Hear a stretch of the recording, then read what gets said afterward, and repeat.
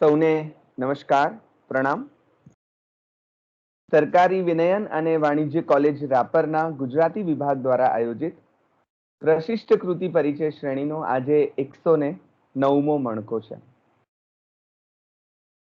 આપણે ત્યાં ઇસ્લામમાં એવું કહેવાય છે કે બંદો બિચારો પોતાની એક ઈચ્છા વ્યક્ત કરે, પણ એ પૂરી તો જ થાય કે જો અલ્લાહ ચાહે. એટલે કોઈ કહે કે તમે આ કામ કરશો, ત્યારે ઇસ્લામને જાણનાર વ્યક્તિ એમ કહે છે કે ઇન્શા અલ્લાહ, જો અલ્લાહ ચાહશે તો થશે. એટલે આ બંદા એ નાનકડો બંદો એનો બિચારો આટલા બધા બંદાઓની વચ્ચે એક ટેણો મેણો એને ઈચ્છ્યું કે આપણે 108 મણકાની એક સિરીઝ કરીએ, પ્રશિષ્ટ કૃતિ પરિચય શ્રેણી. અને ઇન્શા અલ્લાહ કહી અને શરૂ કર્યું, અને અલ્લાહે જ આમીન કહ્યું ત્યારે આપણી આ શ્રેણી, એટલે કે કુદરતે ઈચ્છ્યું એટલે આપણી શ્રેણી અહીં સુધી પહોંચી શકી. અને ન કેવળ પહોંચી શકી, પણ આગળ પણ ધપી રહી છે, એ લક્ષ્યાંકથી આગળ પણ. તો આજે મિત્રો આમ જુદી રીતે જાણે રીસ્ટાર્ટ કરતા હોઈએ એવો એક રોમાંચ આજના મણકે અમને અને આપણી સાથે જોડાયેલા સૌને થઈ રહ્યો છે. આજના મણકામાં જુલે ઇવાન્સના પુસ્તક philosophy for life and other dangerous situation એ વિશે વાત થવાની છે. અને આ પુસ્તક વિશે વાત કરવાના છે શ્રી સુભાષભાઈ ભટ્ટ. 1959માં જન્મેલા અને ઉંમરની દ્રષ્ટિએ પરિપક્વતાની ઉંમરે પહોંચેલા સુભાષભાઈમાં પાકટતા કે પરિપક્વતા ઘણી વહેલી આવી ગઈ છે, એવું એમના લખાણો માંથી પસાર થતા સૌ ભાવકો અનુભવશે. તેમણે BA, MA, BEd, MEd અને બધો અભ્યાસ તો ખૂબ કર્યો, પણ એના કરતા બીજો જે અભ્યાસ કર્યો છે, જેની વાતો આજે કદાચ અનાયાસ આપણી સાથે વહેંચાશે, તે અભ્યાસ બહુ ઓછા લોકો કરી રહ્યા છે. મૂળે અધ્યાત્મ માર્ગના પથિક છે, ને તેથી અધ્યાત્મ માર્ગના રહસ્યોનો તાગ મેળવવા આ વ્યક્તિ સતત મથતી રહી છે. એક આંતર ખોજ જાણે સતત ચાલતી અનુભવાય છે એમનામાં. આપણે ભાવક તરીકે એમને વાંચીએ છીએ ત્યારે એ અનુભવાય છે આપણને પણ શબ્દે શબ્દે. તેમના પુસ્તકો પર નજર કરીશું તો એની સાબિતી તરત જ આપણને મળશે. હું માત્ર ટાઇટલ વાંચી જાઉં છું.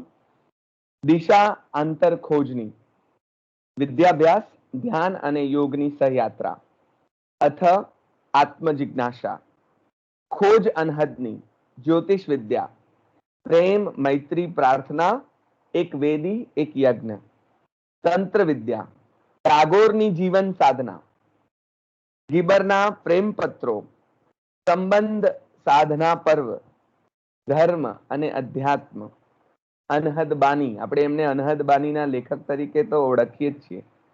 નવનીત સમર્પણમાં જે વાંચતા હશે એમને કઈ કહેવાની જરૂર નથી. જીપ્સીની નોંધ પોથી, ઈશુ, सकल भरपूर है नूर तेरा, ઝેન હાસ્ય, બનારસના ઘાટ, ચૈતન્યની 84, બાલાશ્રમની એક સદી, આસ્થાની અવિચલ જ્યોત, અને હમણાં જ પ્રગટ થયેલું આવું એક રૂપકડું જીવનનામા જેવું સરસ મજાનું પુસ્તક. આવા પુસ્તકોની સમાંતરે મૂળ તેઓ અંગ્રેજીના વિદ્યાર્થી, એટલે અંગ્રેજીમાં પણ study harmony of yoga and meditation એવું પુસ્તક પણ એમણે આપ્યું છે. અને એક બહુ મજાના ટાઇટલ વાળું પુસ્તક અત્યારે પ્રેસમાં છે, જેનું શીર્ષક છે આઈ એમ ધ વિટનેસ. હું સાક્ષી છું. સાક્ષી ભાવની સાધના કરી રહેલા આ સાધક. એમની આંતરખોજ તેમને હિમાલયની ગોદમાં ખેંચી ગઈ છે.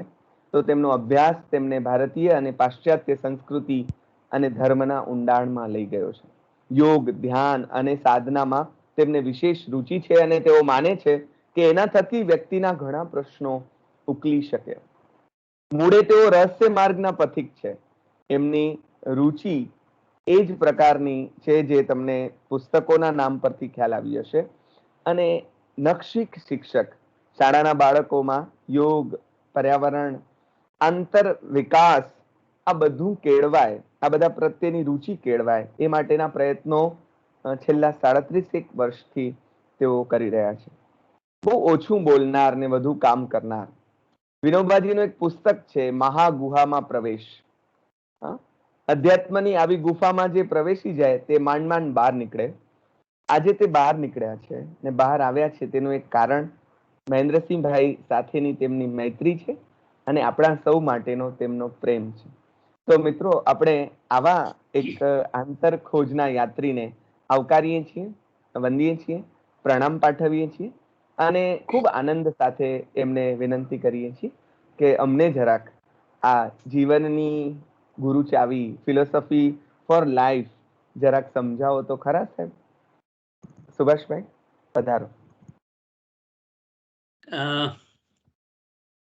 રાપર કોલેજને વંદન કરું છું અને રાપર ની અંદર અદ્ભુત પ્રવૃત્તિ 109 ગ્રંથો સુધી આવી પહોંચી છે. એવા આત્મીય લાગતા અમે ક્યારેય મળ્યા નથી, પણ રમજાનભાઈને પણ હું વંદન કરું છું. અનાયાસે જ આ technically I am very poor my dear friends, એટલે પ્રિય દોસ્ત મહેન્દ્રભાઈ નો હોય તો આ બધું મારાથી શક્ય ન બને, પણ એ મારો હંમેશનો દોસ્ત છે, હાથ પકડીને ઉભો રહે, એટલે એ મહેન્દ્રભાઈ ને મારો વાલ, મારી દોસ્તીની. The way Ramzanbhai was pursuing the case, નહીતર હું બહુ એ સાચા છે, મને ન ગમે, પણ રમજાનભાઈ જે પરસિસ્ટન્ટલી, સોલફુલી, આત્મવાન માણસની જેમ એને તમે આવો એવું કર્યા કર્યું. આજે અહીંયા શું, હું બહુ સરસ, ખબર નહીં તમને કેવી કેટલી વાતો કરીશ, પણ રમજાનભાઈ ઇસ્લામ ઇન્શાલ્લાહથી શરૂ કર્યું છે તો મને તથાગતની એક વાત યાદ આવે છે. તથાગતનું એક એવું વાક્ય છે કે આ જગતમાં એવી કોઈ વ્યવસ્થા જ નથી કોઈની ઈચ્છા પૂરી ન થાય. અહીં જન્મ લેનાર દરેકની ઈચ્છા પૂરી થાય છે, પણ હા, એક એક જન્મ એક એક ઈચ્છા લેવરાવશે એવી બાંહેધરી તથાગત આપે છે. એટલે રમજાનભાઈની ઈચ્છા પૂર્ણ હજો અને એમને હવે બીજો કોઈ જન્મ ન હજો, એ બંને પ્રાર્થના મારી. તો જુલાઈ વાન્સ, ફિલોસોફી ફોર લાઈફ. મિત્રો, એક નાના બાળકની વાત મને યાદ આવે છે. એકવાર નાનો બાળક સ્કૂલેથી, પ્રાઇમરીમાંથી પાછો આવે છે, એની દાદી મને કહે છે, grandma I wanted to be a doctor of philosophy. એટલે બિચારા દાદીમાં ડરે છે કે હે બેટા, ફિલોસોફી કયો રોગ છે, એ તો મને કહે કે તું એનો ડોક્ટર થવા માંગે. અને એ બાળકને નથી ખબર કે ફિલોસોફી કેવો રોગ છે, પણ જે ફિલોસોફીના વિદ્યાર્થીઓ છે એને ખબર છે કે philosophy is a sickness of lifetime, જીવનભરનો રોગ છે. વિચારની આસક્તિ, શબ્દની આસક્તિ એ ભારે પડકારરૂપ રોગ છે અને એની કોઈ દવા નથી. આ જુલાઈ ઇવાન્સ છે ને, એ 5-7 વર્ષથી એ પુસ્તક મારી પાસે છે. ક્યાંથી શરૂ કરી મને ખબર નથી, પણ જુલાઈ ઇવાન્સ બરાબર સમજાય એટલે હું એક દ્રષ્ટાંત ગ્રંથમાં નથી પણ બહારથી હું તમને આપું છું, એટલે તમને સમજાશે કે what is the relevance of July Evans and his book. ગ્રીસમાં સદીઓ પહેલા એક પ્રોક્રસ્ટસ નામનો એક નવાબ હતો, બહુ સમૃદ્ધ માણસ. અને પ્રોક્રસ્ટ છે એ, આમ પ્રોક્રસ્ટસ એટલે મિત્રો સ્ટ્રેચર એવો અર્થ થાય ગ્રીક ભાષામાં. સ્ટ્રેચર, દર્દીઓને લઈ જાય એ સ્ટ્રેચરને પ્રોક્રસ્ટસ કહેવાય. એ પ્રોક્રસ્ટસ બહુ જ સારી મહેમાનગતિ માટે જાણીતો હતો. એના ઘરે જે મહેમાન આવે, જે અતિથિ આવે, એને એક વિશિષ્ટ પ્રકારનો પલંગ એ સુવા માટે આપતો. હવે એની એક નિશ્ચિત સાઇઝ હતી પલંગની, પણ હવે એની પ્રોક્રસ્ટસની સમસ્યા એ હતી કે એની ઉપર સુવા રહે અતિથિને, જો અતિથિ એની કરતા વધુ લાંબો હોય તો પગ અને માથું બે બાજુથી વાઢી અને પલંગની સાઇઝનો એને કરવામાં આવતો. અને જો માણસ એના સાઇઝનો ન હોય ને એની કરતા એનું કદ ઓછું હોય, નાનું હોય, તો માથા બાજુથી અને પગ બાજુથી ખેંચી અને પલંગની સાઇઝનો એને દરાર કરવામાં આવતો. આખરે અતિથિ મરી જતો. એટલે તાલિબાન પણ જાણીતું છે, પણ તાલિબ નામ, નિકોલસ તાલિબ નામનો એક ન્યુયોર્કનો લેખક છે, એનું એક બેડ ઓફ પ્રોક્રસ્ટસ નામનું પુસ્તક છે, પ્રોક્રસ્ટસની પથારી. મિત્રો, આ પ્રોક્રસ્ટસ જેવું આપણે બધા જ જાણે અજાણે કરતા છે. પથારીને અનુરૂપ મહેમાનની કરવાની આપણી મનોવૃત્તિ ધર્મમાંય દેખાય છે, શિક્ષણમાંય દેખાય છે, રાજકારણ તો દેખાય જ છે કે ખેંચી તોડીને પલંગના સાઈઝનો માણસને કરવો. જે જુલઈ વાન્સમાં જે ચેલેન્જ છે એ છે કે કોઈ વિચાર આખો સાંગોપાંગ જીવી શકાય ખરો. આ પ્રકાર આજનો નથી. ઈસવીસન પૂર્વેની 6મી 10મી સદીથી આ વિચાર ચાલ્યો આવે છે. ઇવન ઇજિપ્તની અંદર જે ક્લે ટેબ્લેટ્સ મળી છે, એની લાઇબ્રેરીઓ મળી છે આપણને, કે જેમાં માટી ઉપર કોતરી અને લખવામાં આવતું. એ ક્લે ટેબ્લેટનો જે ખંડ હતો એનું નામ પણ એ લોકોએ ક્લિનિક ફોર ધ સોલ એવું રાખેલું, આત્માનું ઔષધાલય એવું. તો આ રોગ હંમેશા જોવા મળે છે, પણ પડકાર એ છે કે કોઈ વિચાર જીવી શકાય ખરો, સાંગોપાંગ જીવી શકાય ખરો. કેટલાક વિચારો કોઈ એવું માને છે કે જીવી શકાય, કેટલાક એવું માને છે કે ન જીવી શકાય. હું તમને એ વાતને સૂક્ષ્મ રીતે ની સ્થૂળ રીતે સમજાવું. કોઈ ગામમાં એક એવો દરજી છે કે જે શરીર પ્રમાણે કપડાં નથી સીવી દેતો, કપડાં સીવી દે છે અને શરીરને એની અનુકૂળ એમ્પ્યુટેશન કરે છે, વાઢકાપ કરે છે. આ વાઢકાપ એ ખતરનાક સ્થિતિ છે અને અત્યારે આપણે એનું વર્સ્ટ ફોર્મ વાઢકાપનું જોઈશું. કોઈ વિચાર આખો સાંગોપાંગ જીવી શકાય ખરો, તો આ પ્રશ્ન છે. એવી એક મુલ્લાની જોક પણ છે. મુલ્લા નસરુદ્દીન એકવાર દીવાનખાનામાં બેઠા છે.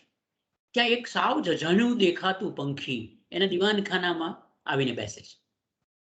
ઘડીક એને એમ લાગે છે કે આ ચકલી છે, ઘડીક એને એમ લાગે છે કે આ કબૂતર છે, ઘડીક એને એમ લાગે છે કે કાબર છે કે કોયલ છે. પછી દબાતે પગલે જઈ પાછળથી પંખીને પકડે છે. પછી નેઇલ કટર લાવે છે, એના પગના નખ કાપે છે. પછી કાતર લાવે છે, એની પાંખને એની અનુકૂળતા પ્રમાણે વાઢે છે, કાપે છે, કોતરે છે, કાતરે છે. અને આખરે અડધી કલાકની આવી મહેનત પછી મુલ્લા નસરુદ્દીન એવું કહે છે કે હાશ, આ પંખી હવે કંઈક કાબર જેવું લાગે છે. તો આવું આપણે વિચાર સાથે કરતા હોઈએ છીએ. આપણે વિચારની વાઢકાપ, વિચારની તોડફોડ અને પછી આપણે અનુકૂળ આપણા બરનું બનાવીએ. કોઈ વિચારને, કોઈ વિચારસરણીને, કોઈ સિદ્ધાંતને, કોઈ શાસ્ત્રને આપણા બરનું બનાવી નાખવાની ટેવ છે. અને આખરે એ વ્યક્તિગત બરનું બને એ શાસ્ત્ર રહેતું નથી. એ કેવું છે, સંબંધમાં આપણે આ સ્થિતિ જોઈએ છીએ. સંબંધમાં હું મહેન્દ્રભાઈને અનુકૂળ થવા જાઉં તો હું વધતો નથી, મહેન્દ્રભાઈ મને અનુકૂળ થવા જાય તો મહેન્દ્રભાઈ વધતા નથી. અને અમે બંને એકબીજાને મૈત્રી ટકાવવા માટે એકબીજાને અનુકૂળ થવા વધઘટ કરીએ છીએ તો મૈત્રી વધતી નથી. આ સમસ્યા વિચારની છે. આ પહેલી વાત કે આ જુલઈ વાન્સને એવો વિચાર આવ્યો કે મારી કોઈ ડ્રીમ સ્કૂલ હોય, મારી કોઈ સ્વપ્ન જેવી શાળા હોય કે જેને સ્વપ્નમાં જે આદર્શ હોય, યુટોપિયન આઈડિયાઝ હોય, એ પ્રમાણે હું મારી કોઈ સ્કૂલ ઊભી કરી શકું. અને એને ફિલોસોફી ફોર લાઈફ. આપણે એ જાણીતું છે કે life for literature sake or literature for life sake. તો હું માનું છું કે અવિકસિત માણસ માટે કલા ખાતર જીવન કે જીવન ખાતર કલા, તો જીવન ખાતર કલા, કલા ખાતર સાહિત્ય ખાતર જીવન કે જીવન ખાતર સાહિત્ય. તો આપણને અવિકસિત લોકોને, અવિકસિત સભ્યતાને, અવિકસિત માનવજાતને સાહિત્ય ખાતર સાહિત્ય પોસાય એમ હોય તો બહુ સારું, એક આદર્શ સ્થિતિ છે. પણ એ પોસાય એમ નથી. એટલે હંમેશા એવું બન્યું છે કે જીવન ખાતર સાહિત્ય એવો ઘાટ ઘડાયો છે. તો પહેલો વિચાર એને જુલઈ વાન્સને આવ્યો, ફિલોસોફી ફોર લાઈફ. મિત્રો, જુલઈ વાન્સ બહુ રસ પડ્યો છે. જુલઈ વાન્સ લંડનનો છે, બ્રિટિશ છે. પણ એને એવું થયું કે આ સ્મશાન જેવા લાગતા ગ્રંથાલયો, આ સન્નાટો પ્રસરાવતા વ્યાખ્યાન ખંડો, આ મ્યુઝિયમો એ ગઈકાલની કોઈ જ વાત જીવંત રીતે કરી શકે એમ નથી. તત્વજ્ઞાનની ખરી જગ્યા છે એ શેરી છે. સોક્રેટિસ એવું કીધેલું કે philosophy has to address the life. જીવનને સંબોધન કરવું જોઈએ તત્વજ્ઞાનની જગ્યા, શાસ્ત્રાર્થોની જગ્યા વ્યાખ્યાન ખંડો કે ગ્રંથાલયો નથી, પણ શેરીઓ જીવન વચ્ચે પડકાર રૂપે તમારી સામે આવે છે. Philosophy for life and other dangerous situations એવું આ જુલે ઇવાન્સ કહે છે. અને એને પોતે મિત્રો ઓલી સ્કૂલનું ટાઈમ ટેબલ હોય એનું એક સમયપત્રક હોય, એમ એને પોતાનું એક સમયપત્રક બનાવ્યું છે. તે પહેલા લખે છે, welcome to the school of Athens. એથેન્સની આ સ્કૂલમાં હું તમને આવકારું છું. મિત્રો મજા પડે એવી વાત કઈ છે ખબર? એક ચિત્ર આપ્યું છે, મને ખબર છે તમને નથી દેખાવા, પણ તે તમારામાં ઇન્ટરનેટમાં ક્યારેક જોજો. રાફાએલે દોરેલું ચિત્ર છે. રાફાએલે દોરેલું ચિત્ર છે અને ચિત્રનું નામ છે સ્કૂલ ઓફ એથેન્સ. પોતાના ગ્રંથાલય માટે બનાવાયેલું પપ માટેનું, એટલે વેટિકનનું ચિત્ર છે. અને સ્કૂલ ઓફ એથેન્સ, એથેન્સની શાળા. મિત્રો આ શાળા મીઠી લાગે જ્યારે અંદર જે માંધાતાઓના ફોટા રાફાએલે દોર્યા છે.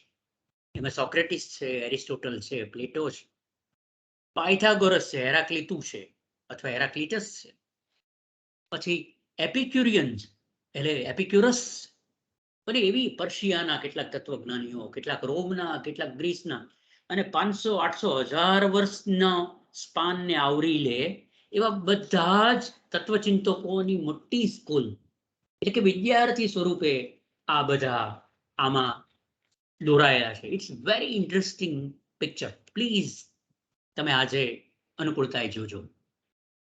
પછી છે મોર્નિંગ રોલ કોલ. આપણે નિશાળમાં પાઠશાળામાં હાજરી બોલીએ, સુભાષ આવ્યો છે, યસ. મહેન્દ્ર આવ્યો છે, રમઝાન આવ્યો છે, યસ. અથવા રામ અથવા ઓમ નમઃ શિવાય, એવી રીતના આપણે બોલતા હોઈએ છીએ. તો એવો એનો મોર્નિંગ રોલ કોલ છે. Socrates in the art of strict philosophy. શેરીના તત્વજ્ઞાન, શેરીના મનોવિજ્ઞાનની વાત સાથે એનું પહેલું ચેપ્ટર છે.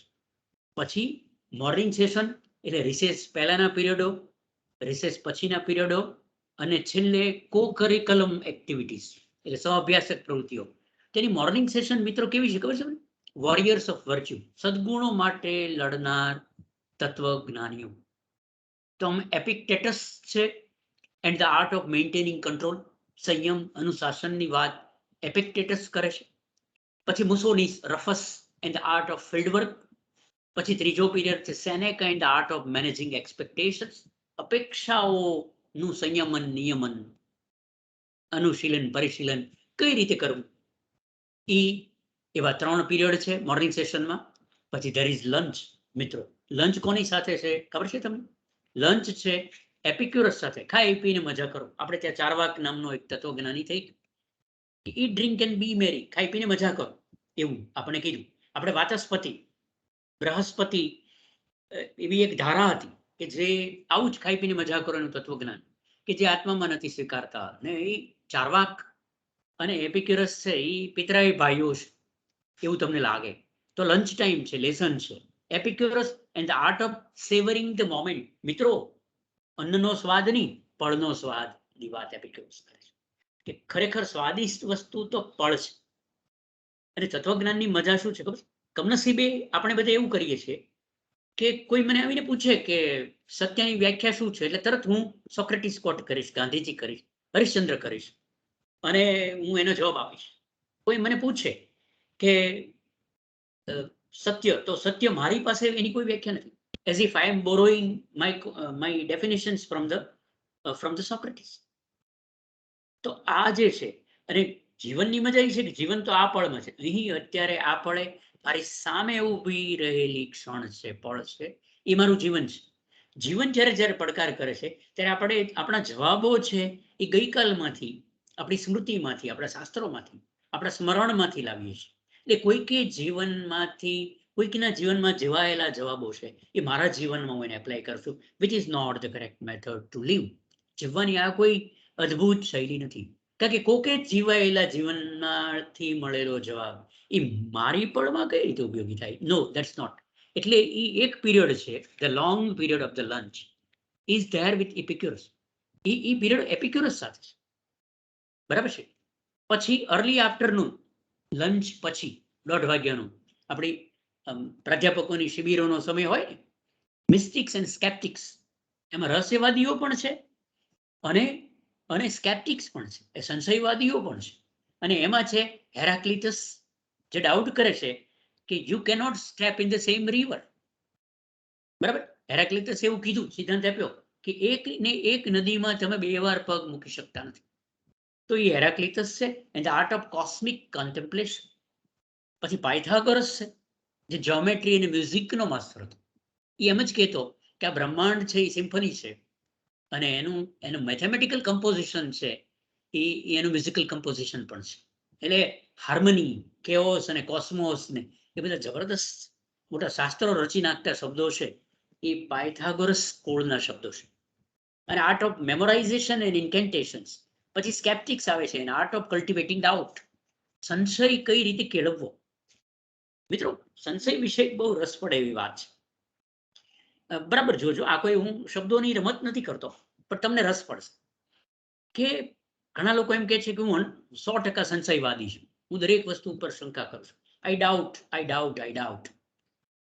હવે ફિલોસોફીની મજા જુઓ કે જ્યારે હું એમ કહું કે I doubt and doubt and doubt, તો હું તમને પૂછું છું કે કેન યુ ડાઉટ 100%? કોઈ વસ્તુ પર તમે 100% શંકા કરી શકો? તો એ કહેશે કે હા, હું એક વસ્તુ ઉપર 100% શંકા કરી શકું. તો એક માણસ 100% શંકા કરી શકે એનો અર્થ એને શંકા ઉપર શ્રદ્ધા છે. If I doubt and doubt and doubt and if I don't doubt the doubter, actually I have to doubt the doubter also. તો જો હું ડાઉટર ઉપર તો હું 100% શંકા કરું છું. દાખલા તરીકે હું એમ કહું કે ભાવનગરના બધા જ લોકો જુઠ્ઠું બોલનારા છે. હવે જો હું બોલું છું એ પ્રમાણે ખરેખર ભાવનગરના લોકો 100% જુઠ્ઠું બોલનારા છે તો હું સાચું બોલું છું અને હું ભાવનગરનો નિવાસી એનો અર્થ મારી વાત ખોટી છે. અને જો હું 100% ખોટું બોલું છું તો હું સાચું બોલું છું. હું સાચું બોલું છું તો હું ખોટું બોલું છું. એટલે આ ફિલોસોફીની મજા છે. અને એનો પીરિયડ આવે છે sceptics and the art of cultivating doubt. સંશય કઈ રીતે કેળવવો, ડાઉટ કઈ રીતે, બરાબર. પછી લેટ આફ્ટરનૂન, 3:30, 4 બપોરે, સાંજ ઢળવાની હોય એવા સમયે પોલિટિક્સના વિષયો છે. ડાયોજેનસ એન્ડ આર્ટ ઓફ એનાર્કી. તમને ડાયોજેનસની ખબર છે? ગ્રીસની ગંદી શેરીઓમાં, ગટરના નાળાઓમાં સૂઈ રહેનાર, કૂતરા સાથે ચાટીને ખાનારો કે ડાયોજેનસ છે. વન ઓફ ધ બ્રિલિયન્ટ એનાર્કિસ્ટ, અરાજકતાવાદી છે. અને મિત્રો, અરાજકતા એ જ લોકો ઊભી કરી શકે કે જે પોતે બરાબર અનુશાસનને અનુસરતા હોય એવા લોકો. Plato and art of justice, Plutarch and the art of heroism, Aristotle and the art of flourishing, સમૃદ્ધ થવાની કલા વિશે એરિસ્ટોટલ કહે છે. પછી ગ્રેજ્યુએશન છે સાંજે, મહેન્દ્રભાઈ. ગ્રેજ્યુએશનમાં Socrates and the art of departure, છૂટા પડવું, સ્નાતક થવું, દીક્ષિત થવું, ઇનિશિએશન લઈ અને નીકળી જવું, આ આટલા પીરિયડ એ લે છે. અને બ્રિલિયન્ટ નરેશન, મિત્રો, અદ્ભુત. હવે દાખલા તરીકે એપિક્ટેટસ છે, એમ કે છે કે કેટલીક વસ્તુ, એપિક્ટેટસની હું તમને વાત કરું ને એ પહેલા મારે તમને એ પહેલું ચેપ્ટર છે ને એ કોનેથી શરૂ કરે છે મિત્રો ખબર? એક પ્રસંગ મારે કહેવો છે, ટૂંકો, નાનકડો, જેમાં એ એક છોકરીની વાત કરે છે. અમેરિકાની એક સાર્જન્ટ છે અને એ સાર્જન્ટ છે એ આવે છે, એનું નામ મારે તમને કહેવું છે, નહીતર મને I will not recover myself. એટલે એ છોકરી છે, એનું નામ કંઈક લખ્યું હતું છે ને, રોન્ડા કોર્નમ, રાઈટ. મિત્રો, હવે તમે જોજો, પુસ્તકનું ટાઇટલ છે philosophy for life and other dangerous situations July once. હવે એ કોર્નમ છે, એ કોર્નમ છોકરી છે, એ અમેરિકાના લશ્કરની કોઈ સાર્જન્ટ છે. બગદાદ એટલે ગલ્ફ ઓફ વોરમાં એ છોકરી ઘવાય છે. એની સાથે 8 જણા હેલિકોપ્ટરમાં હોય છે અને બોમ્બાર્ડમેન્ટમાં હેલિકોપ્ટરના 5 જણા મરી જાય છે. એ 3 જણા રણમાં પડે છે, એમાં છોકરી પણ છે. એને ઊંચકી અને ખટારામાં, ખુલ્લા ખટારામાં ઈરાકના લોકો એને ઢસડી જાય છે, એને સાંકળથી બાંધવામાં આવે છે. એ ખટારામાં એની ઉપર બળાત્કાર પણ થાય છે. આટલી પીડા, એના બંને હાથ તૂટી ગયા છે, બંને પગમાં કમ્પાઉન્ડ ફ્રેક્ચર છે અને લોહી ખૂબ વહી ગયું છે, અર્ધ બેભાન અવસ્થામાં છે, તંદ્રામાં છે, તૂટી ગઈ છે. ત્યારે એની સાથેનો જે બચી ગયેલો એક લશ્કરનો બીજો અધિકારી એને પૂછે છે, એ કોર્નમ, આર યુ ઓલ રાઈટ? એટલે ઓલી કોર્નમ કહે છે કે યસ, આઈ એમ ઓલ રાઈટ. એ કે તને આનું ક્યાંય પીડા નથી થતી? એ કે આ બધી પીડા તો દેહની છે ને, આ મારી શરીરની પીડા છે તો હું જોઈ રહી છું. તો આ છે એ લશ્કરનો કોઈ માણસ, કોઈ સ્ત્રી કે પુરુષ આવી એપિક્ટેટસનું તત્વજ્ઞાન જબરદસ્ત રીતે જીવવાની ક્ષમતા ક્યારે આવે છે? એટલે જોલે ઇવાન્સ કહે છે કે the real vitality of your living comes from the philosophy. જીવનનું બળ છે એ તત્વજ્ઞાનમાંથી આવે છે. અને મિત્રો, અમેરિકાએ આવા બધા બહુ પ્રયોગો કર્યા.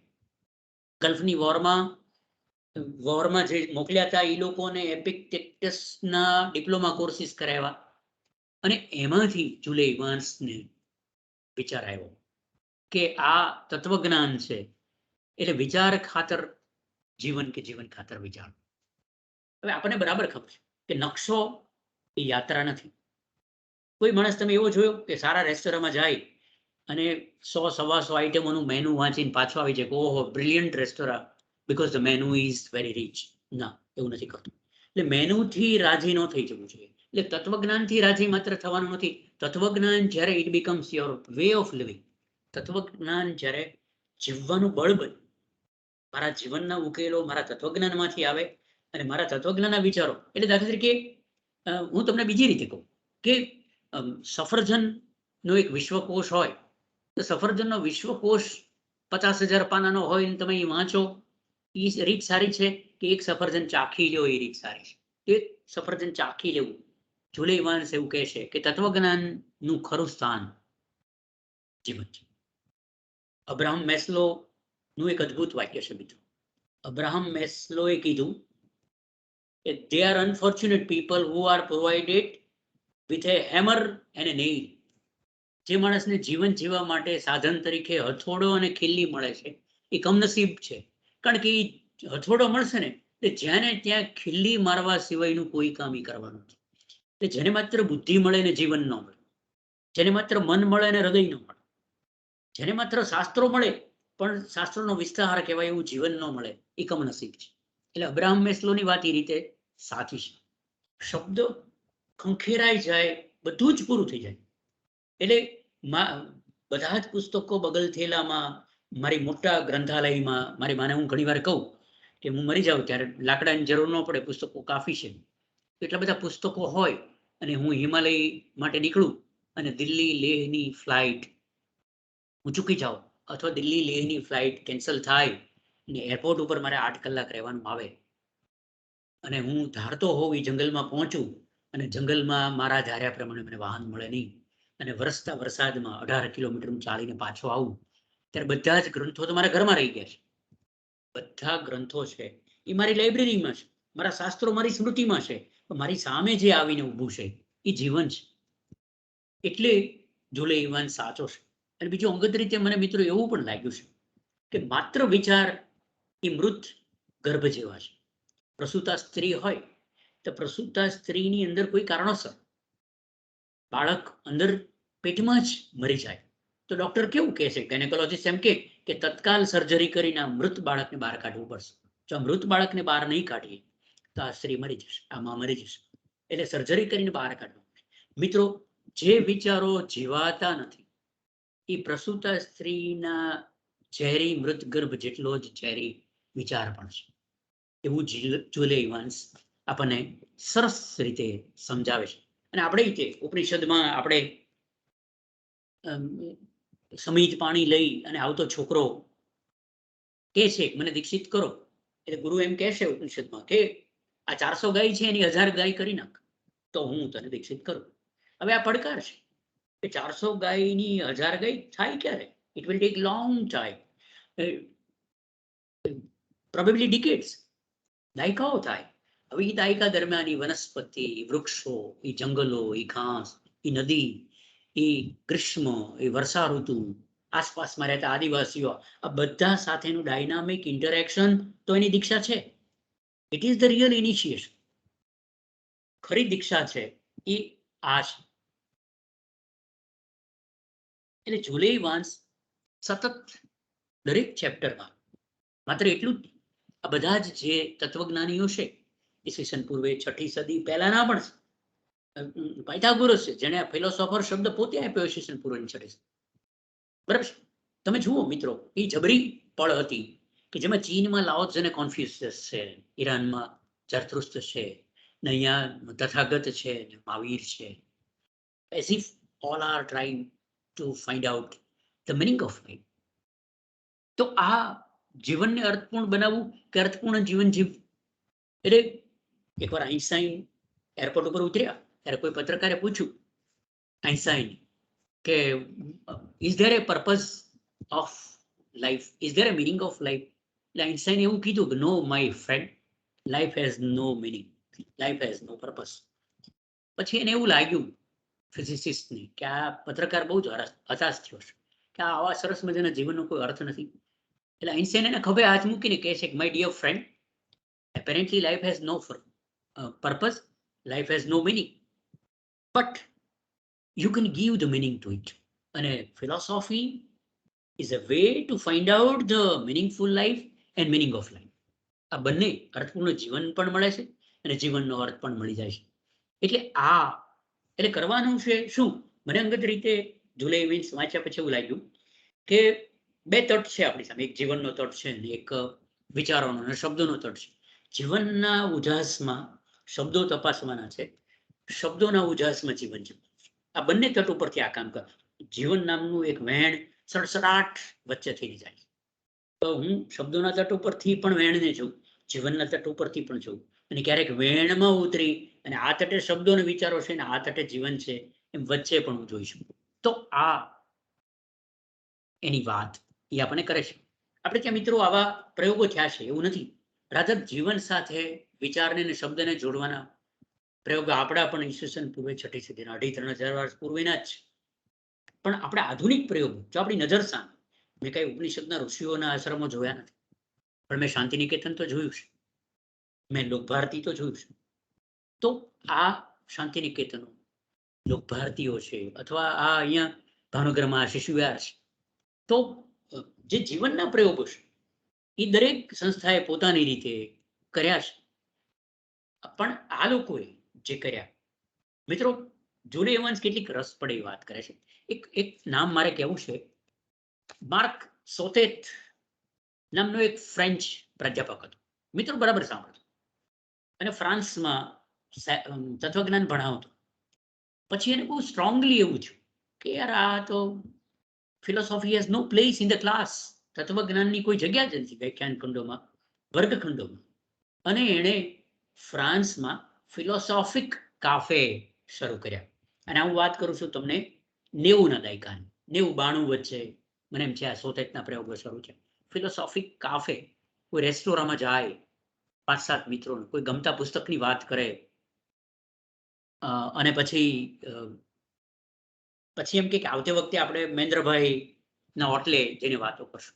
પછી મહેન્દ્રભાઈના ઘર પાસે એક સરસ મજાનું વિક્ટોરિયા પાર્ક જંગલ છે, ત્યાં બધા બેસીને વાતો કરશે. પછી બધા ભેગા થાય ત્યારે એનું વોટિંગ થાય કે આજે કયા વિષય ઉપર વાતો કરવી. રાજકારણ ઉપર કરવી છે, સૌંદર્ય શાસ્ત્ર ઉપર કરવી છે, નીતિશાસ્ત્ર ઉપર કરવી છે, જીવનના મૂલ્યો ઉપર કરવી છે. આવો પ્રયોગ થાય અને સોતેતના પ્રયોગો ધીમે ધીમે ચાલ્યા. પછી એ ચેપ લંડન સુધી ગયો. આ જુલે ઇવાન્સ લંડનનો છે, અને પબ અને પાર્ક, કાફે અને ક્લબ આપણે ત્યાં બેંગ્લોરમાં, દિલ્હીમાં, મેટ્રો સિટીઝમાં એવું થાય છે. પણ અત્યારે જે મને સાંભળે છે એ બધાને હું કહું કે કેટલીક જબરદસ્ત ફિલોસોફી ક્લબો રમઝાન પણ ચલાવે છે એવું હું માનું છું, કે which is online, which so many people are meeting. Mahendrabhai આ પ્રવૃત્તિની વાત કરતા હતા, બહુ જ સરસ રિસ્પોન્સ. હવે 108-9 પુસ્તકોની વાતો લઈ અને કોઈક 10-15-20-50 જણા બેસે, ઇટ્સ એ જેન્યુઇન ક્લબ. એટલે તત્વજ્ઞાન છે. પછી બેંગ્લોરના પાર્કમાં આવી રીતના હું ક્યારેક ગયો છું. બેંગ્લોરનો પાર્ક હોય તો એમાં જાહેરાત થાય કે આવતા રવિવારે આપણે અહીંયા મળવાના છે, બધા આવે તો 50-75-100 જણા ભેગા થાય. કોઈ એમ કે આપણે આ વિષય ઉપર વાતો કરીએ, બધા પોતે જે વિષયનું વાંચ્યું હોય વિષયની વાતો કરે, એમાં ડિસ્કશન થાય. તો આ કાફે, આ ક્લબ, આ બધું એણે ચલાવ્યું. પણ મિત્રો મને એક ચિંતા અત્યારે, કદાચ એ ચિંતા તમે બધા પણ ફેસ કરતા હશો, કે સમગ્ર વિશ્વમાં એક એવી સ્થિતિ આવી છે કે સમગ્ર વિચાર તમે આખો 100% વિચાર વ્યક્ત કરી શકો નહીં. તમારે એને સહેજ મઢારવો પડે. કોઈ વિચાર ખુલ્લે આખો સહેજ પણ સમાધાન કર્યા સિવાય તમે મૂકી શકતા નથી. એટલે વિચાર અને વિચારક માટેની અત્યારે આખી એક પડકાર સ્થિતિ છે. હું કેટલાક ટાઇટલો મારે તમને કહેવા છે. દાખલા તરીકે હિપો એન્ડ હાઇડેગર એવું એક તત્વજ્ઞાનનું પુસ્તક છે. પછી એક પ્લેટો એન્ડ પ્લેટિપસ એવું એક પુસ્તક છે. પછી વોકિંગ વિથ એપિક્યુરસ એવું ડેનિયલ ક્લેઇનનું એક પુસ્તક છે. મિત્રો, મેં કેટલાક પુસ્તકો ઇન્ટરનેશનલ બુક ફેરમાં હું અને મહેન્દ્રભાઈ અમે દિલ્હી બીજો એક ફાલ્ગુન કરીને મિત્ર છે, અમે જઈએ તો હું જોતો હતો કે if Buddha had a children, તો ગૌતમ બુદ્ધને બાળકો હોત તો એને કઈ રીતે બાળકોને ભણાવ્યા હોત, એમ કરીને તથાગત બુદ્ધની આખું તત્વજ્ઞાન બાળકોના સ્વરૂપમાં કહેવાય કે if Buddha would have visited pub, Buddha જો કોઈ પબમાં ગયા હોત, ત્યાં બધા બિયર પીતા હોત, એની વચ્ચે બુદ્ધા જઈને કઈ વાતો કરી. આ ચેલેન્જિંગ ફિનોમિના છે. આના પોતાના કેટલાક ભયસાનો છે કે ક્યારેક જે આપણી વિચાર મૂર્તિ હોય એનું સ્તર નીચું પણ આવી શકે. પણ મને એવું લાગે છે કે આનું એક સ્વાતંત્ર્ય હોવું જોઈએ. પણ આપણે ત્યાં મિત્રો ભારતમાં એવું છે કે કોઈ પણ મૂલ્યવાન વિચાર આપે એ વિચારકને આપણે મૂર્તિ બનાવીએ છીએ અને પછી આપણે એને પૂજીએ છીએ. પૂજ્યા પછી આપણે એની ઉપર કોઈ જ પ્રકારનો ફેરફાર સ્વીકારતા નથી. આ ચિંતાજનક છે. પણ હવે આ તો આપણી જ પોતાની પરિસ્થિતિ છે, શું એની ટીકા કરીશું? તો આવી રીતના મને પૂછ્યું કે આદિ શંકરાચાર્યનું તત્વજ્ઞાન છે, તો એના આવા હું પ્રયોગો કરી શકું ખરું? કે કેવલ અદ્વૈત વેદાંત છે એની વાતો હું નેશનલ પાર્કમાં જઈને કરી શકું? તો મને એમ લાગે છે કે somebody will challenge me. હું ક્યારેય કોઈ વાત જે મૂળ પાત્ર છે, રામ કે કૃષ્ણ છે, એ હું એને તત્વજ્ઞાનના સ્તરે લાવી અને નવા નવા પ્રયોગો કરી શકું, મારા વર્ગખંડમાં કરી શકું, મારા વિદ્યાર્થી મિત્રો સાથે કરી શકું. તો I think that I have a doubt about it. જે એ જૂથ છે એ સાચું છે. મેં કીધું મને કદાચ વિચારની સાથે વિચારકને, પણ મને એવું લાગે છે કે ક્યારેક આપણે ને બોલો પેટ્રોલ કે ડીઝલનો ટેન્ક જતી હોય તો એની ઉપર એવું લખ્યું કે હાઈલી ઇન્ફ્લેમેબલ, તરત જ્વલનશીલ પદાર્થ છે, સળગી જાય એવો, સાચવજો, આની આસપાસ બાકસ દિવાસળી આગળ રાખો. એવી જ રીતના કેટલાક પુસ્તકો ઉપર આપણે લખી શકીએ કે highly dangerous can change the society, highly inflammable can create the chaos, એવું આપણે કહી શકીએ. કોઈ વિચાર છે 18 વર્ષથી નીચેના વિચાર ન વાંચે, કેમનું ગજું નથી આ વિચાર પરિપક્વતાથી ઝીલવાનું, આવી વાતો આપણે કરી શકીએ ખરા? તો I have a doubt. I don't know. અને એવું શું છે, મારી પાસે એક યાદી છે મિત્રો, મારે તમને એ વાંચી સંભળાવી, પછી મને એવું થશે કે યાદી મેં તમને કીધી નહીં. દાખલા તરીકે આ જુલે ઇવાન્સનું પુસ્તક વાંચતો હતો ને, તો મને એવું એમાં લાગે છે કે વિચાર કે જીવનશૈલીને કે પ્રેમ સમજને જીવવાની મથામણ કરનારને ત્યારના સમયમાં પણ મારી નાખવામાં આવે. મિત્રો, સોક્રેટિસ એનું ઉત્તમ ઉદાહરણ છે. સોક્રેટિસ છે, ઓર્ફિયસને મારી નાખવામાં આવ્યો. ડાયોનિસસ, જીસસ, થિયોડોરસ, તો એની સામે થિયોડોરસ, એમ્પિડોકલ્સ, એનેક્ઝોરસ, આ બધાને ક્યાં દેશવટો થયો, ક્યાં જેલ થાય, શાસક બદલાય અને ઓલો વયો જાય, શાસક બદલાય તો પાછો આવે. તો વિચારકોએ ખૂબ પીડા ભોગવી છે. આખું એને આ બધા જ કેટલાક દેશ નિકાલ થયા, કેટલાકને મારી નાખવામાં આવ્યા. એપિક્યુરસ પેઇનફુલી બ્રુટલી કિલ્ડ, ડાયોનિસસ, ઓર્ફિયસ, પછી એની ધારાઓ થઈ જાય. અંગત રીતે મને એવું પણ લાગે છે વિશ્વની બધી જ વિચારધારાઓ છે એને બે રીતે મૂકી શકાય. બે જ. જો સંસ્કૃતના શબ્દો વાપરું તો મને એવું લાગે છે કે સાંખ્ય અને યોગ એવા બે શબ્દો છે આપણી પાસે. સાંખ્ય એટલે એવું માનનારા લોકો કે જેવું સમજે છે કે કોઈ વસ્તુ સમજી લીધી એટલે પામી લીધી, અને યોગ એવું સમજે છે કે સમજવાથી નહીં પામી શકાય, કશું કરવું પડશે. જ્યારે કૃત્ય બને છે ત્યારે યોગ બની જાય છે, જ્યારે વિચાર બને છે ત્યારે સાંખ્ય બને છે. એ વિશ્વની બધી જ ધારાઓ ક્યાં કૃત્ય તરફ દોરી જાય છે, કે વિચાર તરફ દોરી જાય છે. પણ વિચારનું જોખમ અત્યારે મને એક બીજું પણ લાગે છે મિત્રો, કે તમે કોઈ એવો માણસ જોયો છે કે જિંદગીભરમાં જેટલા ફળો ખાધા હોય, દાખલા તરીકે કેળા ખાધા તેની છાલ, ચીકુ ખાધા તેની છાલ, સફરજન ખાધું તેની છાલ, એ બધી જ છાલ પોતાના કબાટમાં ભરી રાખે એવો કોઈ માણસ તમે જોયો છે? તો તમે સમજશો કે આ રોગિષ્ટ ચિત્ત માણસ. જે ફળ ખાધા એ બધા જ. અત્યારે આવો જ ઇન્ડાઇજેશન, આવો જ અપચો વિચારના સ્તરે પણ જોવા મળે છે. એની તરફ પણ જુલે ઇવાન્સ આંગળી ચીંધે છે. તો આપણે વિચારો તો બહુ જ ભેગા કર્યા. મારી પાસે મને 1,00,000 જન્મ મળે ને તોય ખૂટે નહીં એટલા જીવવાના વિચારો છે મારી પાસે. મારી પાસે જીવન તો સાવ ઝાકું પાંખું થોડા વર્ષોમાં જ પથરાય છે. તો is it possible to practise the idea one by one chronologically? અને પછી આ એવા પ્રયોગો જે લોકોએ કર્યા, ડાયોનિસસે કર્યો કે એપિક્યુરસે કર્યો. એપિક્યુરસ એટલી પેઇનફુલી, મિત્રો, એપિક્યુરસ આપણી સામે જે આવ્યો છે એ બહુ તંદુરસ્ત સ્વરૂપે આવ્યો નથી. આપણી પાસે ચાર્વાક જે આવ્યા છે, ચાર્વાક શુદ્ધ યોગી હતા, ઋષિ. એવું જ એપિક્યુરસ, મિત્રો, તમને નવાઈ લાગશે કે ઓલિવ અને બ્રેડ સિવાય એને ક્યાંય લીધું નથી. આપણે એવું સમજીએ છીએ કે એપિક્યુરસ વોઝ ડિબોચ, વ્યભિચારી માણસ હતો. નહીં, પણ આ બધા પ્રયોગ કરવા વાળા કે તમારે તમારો વિચાર જીવવો છે, તો એપિક્યુરસે એક ગ્રીસથી બહાર એક સરસ મજાનો વિસ્તાર હતો નદી કિનારે. ત્યાં નાની નાની છાવણીઓ કરેલી, નાના નાના તંબુઓ કરેલા, અને ત્યાં વિચારના પ્રયોગો જીવનારા લોકો જતા. અને દરેક everyone was free to leave his idea. દરેક માણસ, મહેન્દ્રભાઈ સ્વતંત્ર હતો પોતાની રીતે.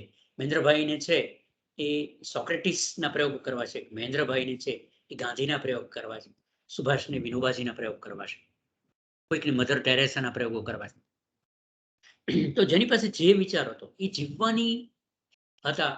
પણ એથેન્સમાં તો લોકો એવું જ માનતા કે આ બધા વ્યભિચારીઓ ત્યાં ભેગા થયા છે અને બધું ગંદુ જીવે છે, અને દારૂના નશામાં આવી અને બધા ટોળી ઝૂમતી હતી. અને રાત્રે કોઈકે કહ્યું કે આ બધા આપણે અહીંયા કેવું પીડાદાયક જીવન જીવીએ છીએ અને ત્યાં જુઓ એ બધા મજા કરે છે, ચાલો આપણે એને ખબર લઈએ.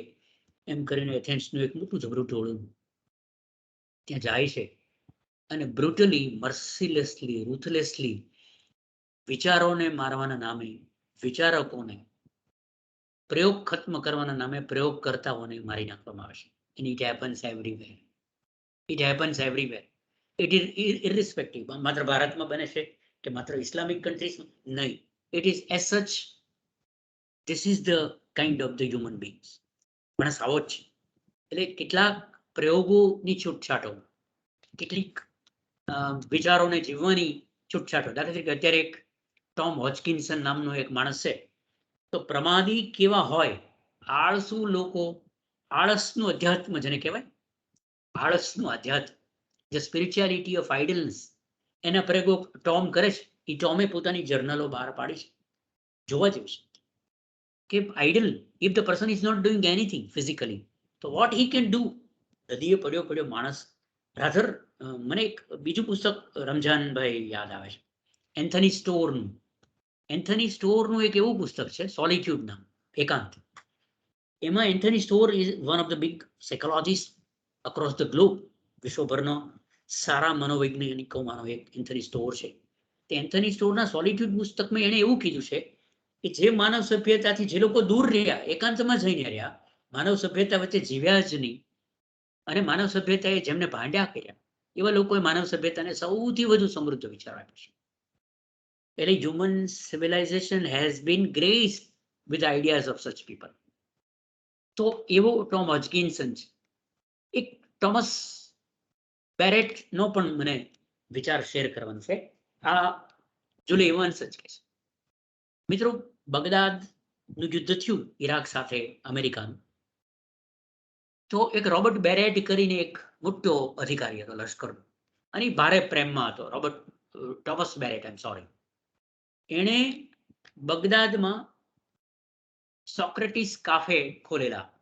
મહેન્દ્રભાઈ, સૈનિકો આખો દિવસની ડ્યુટી પછી થાકે તો જઈને થોડો દારૂ પીવે, સરસ મજાનું ખાય, બિયર પીવે, વાતો કરે, પરિવારને યાદ કરે, એવી જગ્યાઓ સોક્રેટિસ કાફે.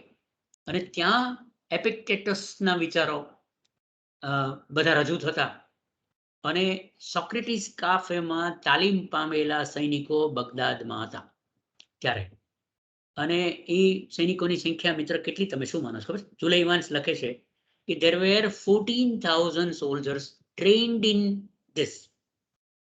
કે શરીરને પીડા થાય છે ને મને નથી થતી એવું કેનાર, માર્ક ઓરેલિયસ ને એપિક્ટેટસની આખી એની ધારા છે, સેનિકલ ધારા. એ જગતને આપણે સાક્ષી ભાવ એવો શબ્દ નથી વાપરતા આપણી જ્ઞાનની ધારામાં. તો સાક્ષી ભાવથી આખી પીડા અને આ હિંસાને જોતા એવા સોક્રેટિસ કાફીઓ ચલાવ્યા. અને તેમ છતાંય આપણે બરાબર જાણીએ છીએ આ જગત પોતાના બધા જ અનીતિવાળા નગરજનોને સાચવે, ખૂનીને સાચવે, ખૂનીને સાચવે, અનીતિ કરનારને સાચવે, કરપ્ટ માણસને સાચવે, બધા જ અનીતિવાળાને સાચવે. એક વિચારને અને એક વિચારકને આ જગત સાચવતું નથી. That's I know. And that's we all of know very well. એવે સમયે આ એનો જે પ્રયોગ છે આનો જુલે ઇવાન્સનો પ્રયોગ રસપડ એવો છે. એમાંથી મારે 2-3 વાતો હજી કરવી છે. એક વાત એ કહેવી છે કે ભૂલી જાવ એટલે મેં 2 શબ્દો લખ્યા છે કે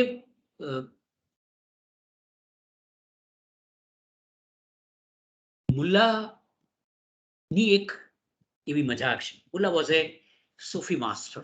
આપણે એને મજાકિયા માણસ તરીકે લીધો છે, but it is not the case. Mulla was one of the outstanding philosopher across the globe.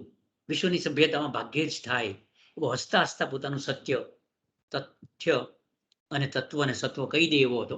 મુલ્લાની એક બહુ જ અદભુત વાત છે કે મુલ્લા સામે બહુ જ ફરિયાદો થઈ એના વિસ્તારમાં કે મુલ્લા બધાની મસ્કરી કર્યા કરે છે. આધ્યાત્મિક માણસોની, ધાર્મિક માણસોની મુલ્લા મસ્કરી કરે. મુલ્લાને સજા કરો એટલે એના પ્રાંતના અધિકારી એને બોલાયો ને મુલ્લા તારી સામે આવી ફરિયાદ છે. અને ગામના નગરજનો બધા જ અકડે ઠઠ બેઠા છે. સૌ રાહ જોવે છે કે મુલ્લાને કઈ રીતે સજા છે. મુલ્લા કે કોણે મારી સામે ફરિયાદ કરી? કે આ નગરના 10 વિચારકો બેઠા છે. 2 આ ધારાના છે, 2 ઓલી ધારાના છે, 2 ઓલી ધારાના. આ બધાની ફરિયાદ છે કે તું એમની મસ્કરી કરસ. આવા ધર્મગુરુઓની, અધ્યાત્મ ગુરુઓની તું મસ્કરી કરસ, કેમ ચાલે? મુલ્લા કે મને તો નવાઈ લાગે છે, હું કઈ મસ્કરી કરતો નથી અને આ લોકોએ કરી છે. ત્યારે કે પછી કે તું પુરવાર કરી શકીશ, તારી પાસે કોઈ દલીલ છે? એટલે મુલ્લા કે હા, મને 5 મિનિટ આપો તો હું પુરવાર કરી દઉં કે આ લોકો ખોટા છે. એટલે પેલા અધિકારીએ કીધું કે કરી દે. એટલે મુલ્લા કે દરેકને એક કાગળ ને એક પેન આપો, પેન્સિલ આપો. એટલે દરેકની 10 જણને પેન આપવામાં આવી, પેન્સિલ આપવામાં આવી, કાગળી આપવામાં આવી. મુલ્લાએ પૂછ્યું કે રોટી ક્યાં ચીજ હે? એવો મારો પ્રશ્ન છે. રોટી ક્યાં ચીજ? અને આ 10 જણા જવાબ આપે. 10 જણાએ કોકે એમ લખ્યું કે રોટી ઘઉંની બને, કોકે એમ રોટી વણવાની થાય, કોકે એમ કીધું કે રોટી પ્રાઇમસ ઉપર થાય, કોકે એમ કીધું ચૂલા ઉપર થાય. રોટી વિશેના 10 અભિપ્રાયો આવ્યા. પછી મુલ્લાએ એ અધિકારીને આપીને કીધું કે તમે જુઓ, એક રોટી જેવી સાદી વાતમાં 10 અભિપ્રાયો. હવે અંતિમ સત્ય વિશેના આ લોકોના અભિપ્રાયો કેટલા સાચા હશે તમે મને કહો. અને હું નકામો માણસ છું એવું આ 10 જણા અભિપ્રાયો તમે કઈ રીતે માનો છો? અને એની આખી વાત તૂટી જાય છે, પડી જાય છે. મિત્રો, સવાલ એ છે કે આ રીત મારે તમને એક પીરિયડ કેવો છે. એપિક્ટેટસનો પીરિયડ છે અને ક્લાસ ચાલે છે ફિલોસોફી ઓફ રેઝિલિયન્સ. તમે એવું કહેવાય છે, અંગ્રેજીમાં એક સરસ વાક્ય છે કે life is 1%, 99% are the reactions and opinions about life. જીવન નિફળ તો એક જ છે, 99 તો એના અભિપ્રાયો છે, મંતવ્યો છે. પછી એપિક્ટેટસ ક્લાસમાં સમજાવે છે, સ્ટોઇક ફિલોસોફર હતો, અને કહે છે એપિક્ટેટસ કે નોટ ઇન અવર કંટ્રોલ. કઈ વસ્તુ આપણા હાથમાં નથી એમ કરીને એપિક્ટેટસ યાદી આપે છે. મિત્રો, તમે બધા જ પ્રજ્ઞાવાન શ્રોતાઓ છો, હું તમને એનું ગુજરાતી નથી કરવાનું. પછી એપિક્ટેટસ કહે છે કે નોટ ઇન અવર કંટ્રોલ. આ વસ્તુ આપણા હાથમાં નથી. Our body, our property, our reputation, our job, our parents, our friends, our co-workers, our boss, the weather, the economy, the past, the future, the fact we are going to die. Anything of this list is not in our control. Why should we bother about it? તો આની ચિંતા શું કામ કરવાની? અને આ રીતે એ resilience શીખવે છે. બીજું મિત્રો, આ જુલે ઇવાન્સની મજા કઈ છે ખબર છે? દરેકની નાની નાની જીવનના પ્રસંગો વિસ્તૃત રીતે ડિટેલમાં આપણને કહે છે, આપણને સમજાવે છે કે જીવન આ છે, જીવન આ છે. જીવન આ નથી. જીવનની આ ડેન્જરસ અને એની ડેન્જરસ સિચ્યુએશનના પેલા ડાયા પ્રસંગો 1000 વર્ષ પહેલાના એવા નથી. અનહદ બારીમાં ઓલા સુભાષ કહે છે ને એવા કોઈ કબીરના ને જલાલુદ્દીન રૂમીના પ્રસંગો નથી. આ તો આઉટ ઓફ ધીસ હેઝાર્ડસ ડિઝાસ્ટરસ વર્લ્ડમાંથી તત્વજ્ઞાનના આધારે જીવનારા લોકો કેવા કેવા હોય છે એની વાતો કરે છે. It's a lovely point. એક વાત મારે બીજી પણ કરવી છે, કદાચ તમને કામ લાગે એમ સમજીને, કે લટાર મારવા જેવી કેટલીક વેબસાઇટ્સ જુલે ઇવાન્સ આપે છે. હું એના તમને ક્લિક થઈ જશે. હું એના નામ બોલું છું મિત્રો, તમે you can visit such places. This are the websites excellent to probe and to explore. philosophyinpubs.org UK અથવા philosophy in pubs કરશો તોય મળી જશે. પછી theschooloflife.com, newstoa.com, પછી actionforhappiness.org, પછી stoiclife.org, પછી londonphilosophyclub.com, excellent club. Every day you will find out something excellent which has to do with the philosophy. તત્વજ્ઞાન સાથે જોડાયેલી કેટલુંક દરરોજના અદ્ભુત કિસ્સાઓ. પછી ફિલોસોફી ફોર લાઈફ, એવું પણ આ આખી એની યાદી છે. એક વાત મેં રમજાનભાઈને પૂછેલું કે રમજાનભાઈ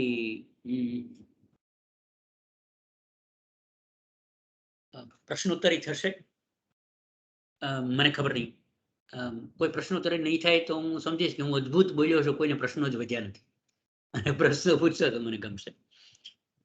મુલ્લા નસરુદ્દીન, આપણે શાસ્ત્ર કે જીવન એવો વિકલ્પ હોય ત્યારે આપણે શાસ્ત્ર પસંદ કરીએ છીએ. આપણે નિયમ કે પળ એવું પૂછવામાં આવે ત્યારે આપણે નિયમને પસંદ કરીએ છીએ. આપણે વહીવટ કે વ્યવસ્થા, વિચાર કે વ્યવસ્થા એવું કરીએ. હું તમને એનો એક અદ્ભુત દાખલો આપું.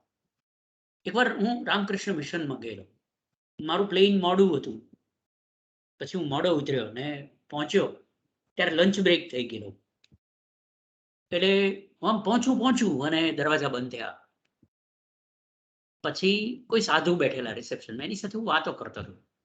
એટલે હું એમને કહેતો હતો કે આ વિચાર ઉપર વ્યવસ્થાનું ડોમિનેશન જુઓ તમે. મેં કીધું કલકત્તા છે ઇઝ એ લાર્જ સિટી. કોઈનું પ્લેન મોડું, કોઈકની ટ્રેન મોડી, કોઈક બસ મોડું, કોઈકને વાહન ન મળે, કોઈક ટ્રાફિક જામમાં ફસાય. એ કોઈ પણ માણસ 12:30 આવે તો 2 કલાકનો લંચ બ્રેક તમે લોકો રાખો છો. મેં સાધુને કીધું કે લંચ બ્રેક ન રાખો તો વિઝિટરનો હાઈએસ્ટ ટાઈમ વિઝિટિંગનો એ 1 થી 4 નો જ. કોઈકને પાછા જવું છે, કોઈકને પ્લેન છે, કોઈક છેલ્લે દિવસે આવ્યું છે, કોઈક પહેલે દિવસે આવ્યું છે. તો આ રીતે મેં સાધુને સમજાવ્યું, ઈ એગ્રી, ઈ સમજ પણ થયા. મને કે દોસ્ત તમારી વાત સાચી છે. મેં કીધું કે વિચાર ઉપર વ્યવસ્થા ઘોડો પલાન થઈ જાય તો વિચાર ગુંગળાઈ મરે છે. આપણે ત્યાં મોટા ભાગના પ્રસંગો આ શાસ્ત્ર એ લોકો ઉપર નિયમો છે એ પળ ઉપર, ક્ષણ ઉપર, અને જે ઓલી તાજગી છે વિચારોની, શબ્દની, વિચારસરણી, એમાં પ્રયોગની કોઈ જોગવાઈ, પ્રયોગની કોઈ ગુંજાઈશ નથી. એ કેવું થાય છે, એની એક આઉટસ્ટેન્ડિંગ સેટાયરિકલ જોક મુલ્લા નસરુદ્દીનની છે. મુલ્લા નસરુદ્દીનને ત્યાં બેઠો હતો, ત્યાં પાડોશી એને ત્યાં ગધેડો ઉછીનો લેવો. પાડોશીએ કીધું કે મુલ્લા ખેતરમાં થોડું કામ છે, એક દિવસ પૂરતો ગધેડો ઉછીનો આપને. એટલે મુલ્લાએ કીધું કે ગધેડો તો તારી જેવો જ એક બીજો ભાઈબંધ છે ને, કાલે લઈ ગયો છે, હજી દેવા ન થયો, એટલે ગધેડો નથી મારી પાસે. ત્યાં જ મિત્રો વાડામાંથી ગધેડો મોટેથી ભૂંકવા માંડ્યો. ભૂકવું જ કહેવાય મહેન્દ્રભાઈ ગધેડાને. તો ગધેડો ભૂકવા માંડ્યો. એટલે ઓલા પાડોશીએ કીધું કે આ ગધેડો તો વાડામાં જ છે. એટલે મુલ્લાએ પંચ માર્યો પાડોશી કે તું મારું માનીશ કે ગધેડાનું માનીશ. એટલે this is we do this with the philosophy, we do this with the ideas. વિચારસરણી, શબ્દ, શાસ્ત્ર, સિદ્ધાંત, આ બધા સાથે આપણે આવું કરતા હોઈએ છીએ કે આપણી વ્યવસ્થાને પકડી રાખીએ. હું માનું છું કે જે લોકો વિચારના પ્રયોગો કરે છે, કેટલી બધી સંસ્થાઓ એક જ શાસ્ત્ર એટલે એટલે the life following the book is in a way is a challenging thing. એટલે કે શાસ્ત્ર લખાણું, શબ્દ લખાણો ત્યારે 1000 વર્ષ થયા હતા, 1500 થયા હતા, 2000 થયા હતા, 3000 થયા હતા. હવે એ જે ઇજિપ્તની અંદર જે માટીના લેખો મળ્યા છે, માટી જેને ટેબ્લેટ કહે છે, હવે એમાં જે શાસ્ત્ર હશે, જે સૂત્ર હશે, જે સિદ્ધાંત હશે, એ મને કેટલો કામ લાગશે. પણ છતાંય એમાં જે સબસ્ટેન્શિયલ આઈડિયા હોય છે એ અદ્ભુત હોય છે. કે એનું કોઈ અપડેટ વર્ઝન આપે, એનો કોઈ અપડેટ પ્રયોગો આપે તો એ કન્સિડરેબલ હોવા જોઈએ, કન્સિડર થવું જોઈએ. એટલે વિચારોના પડકારો કેવા છે, વિચારો કેવી પડકારરૂપ સ્થિતિમાં જીવી શકાય છે, એની માટે ફિલોસોફી ફોર લાઈફ એ અદ્ભુત પુસ્તક છે. મને બહુ જ ગમ્યું. એટલે મને એવું લાગે છે કે આ વાત પર્યાપ્ત છે. હું લગભગ 55 મિનિટથી બોલું છું. મને ખબર નહીં તમને કેટલી મજા આવી હશે, પણ મને એમ લાગે છે કે માય રોલ, રમજાનભાઈ, મને એવું લાગે છે કે my role was to point out the book અને you must read this. It's not very costly and it is easily available in the market. અને આ કુળના બહુ જ બધા લેખો છે. એલેન ધ બોટન છે, ડેનિયલ ક્લેઇન છે, આના બધા મિત્રો છે, ટોમ હોજકિન્સન છે. એ જુદા જુદા પ્રયોગો કરે છે. અને તમે એકવાર ઓનલાઈન એની સાથે મૈત્રી કરશો તો આ બધા એની દરરોજની પોતાની પોસ્ટ તમને મોકલાવશે. એટલે you will be happy to have the beautiful ideas across the globe. અને તમે બધા કરતા જ હશો. હું તો અત્યારે આજે આપણી આસપાસથી બેઠે એમાં સૌથી વધુ ટેકનોલોજીકલી પુઅર તો હું જ છું. આ બધું પ્રિય દોસ્ત મહેન્દ્રભાઈએ બધું કરી દીધું, નહીં તો મને તો આવી રીતના ફોન ઉપર કે કમ્પ્યુટર પર વાતો કરતા નથી આવડતું.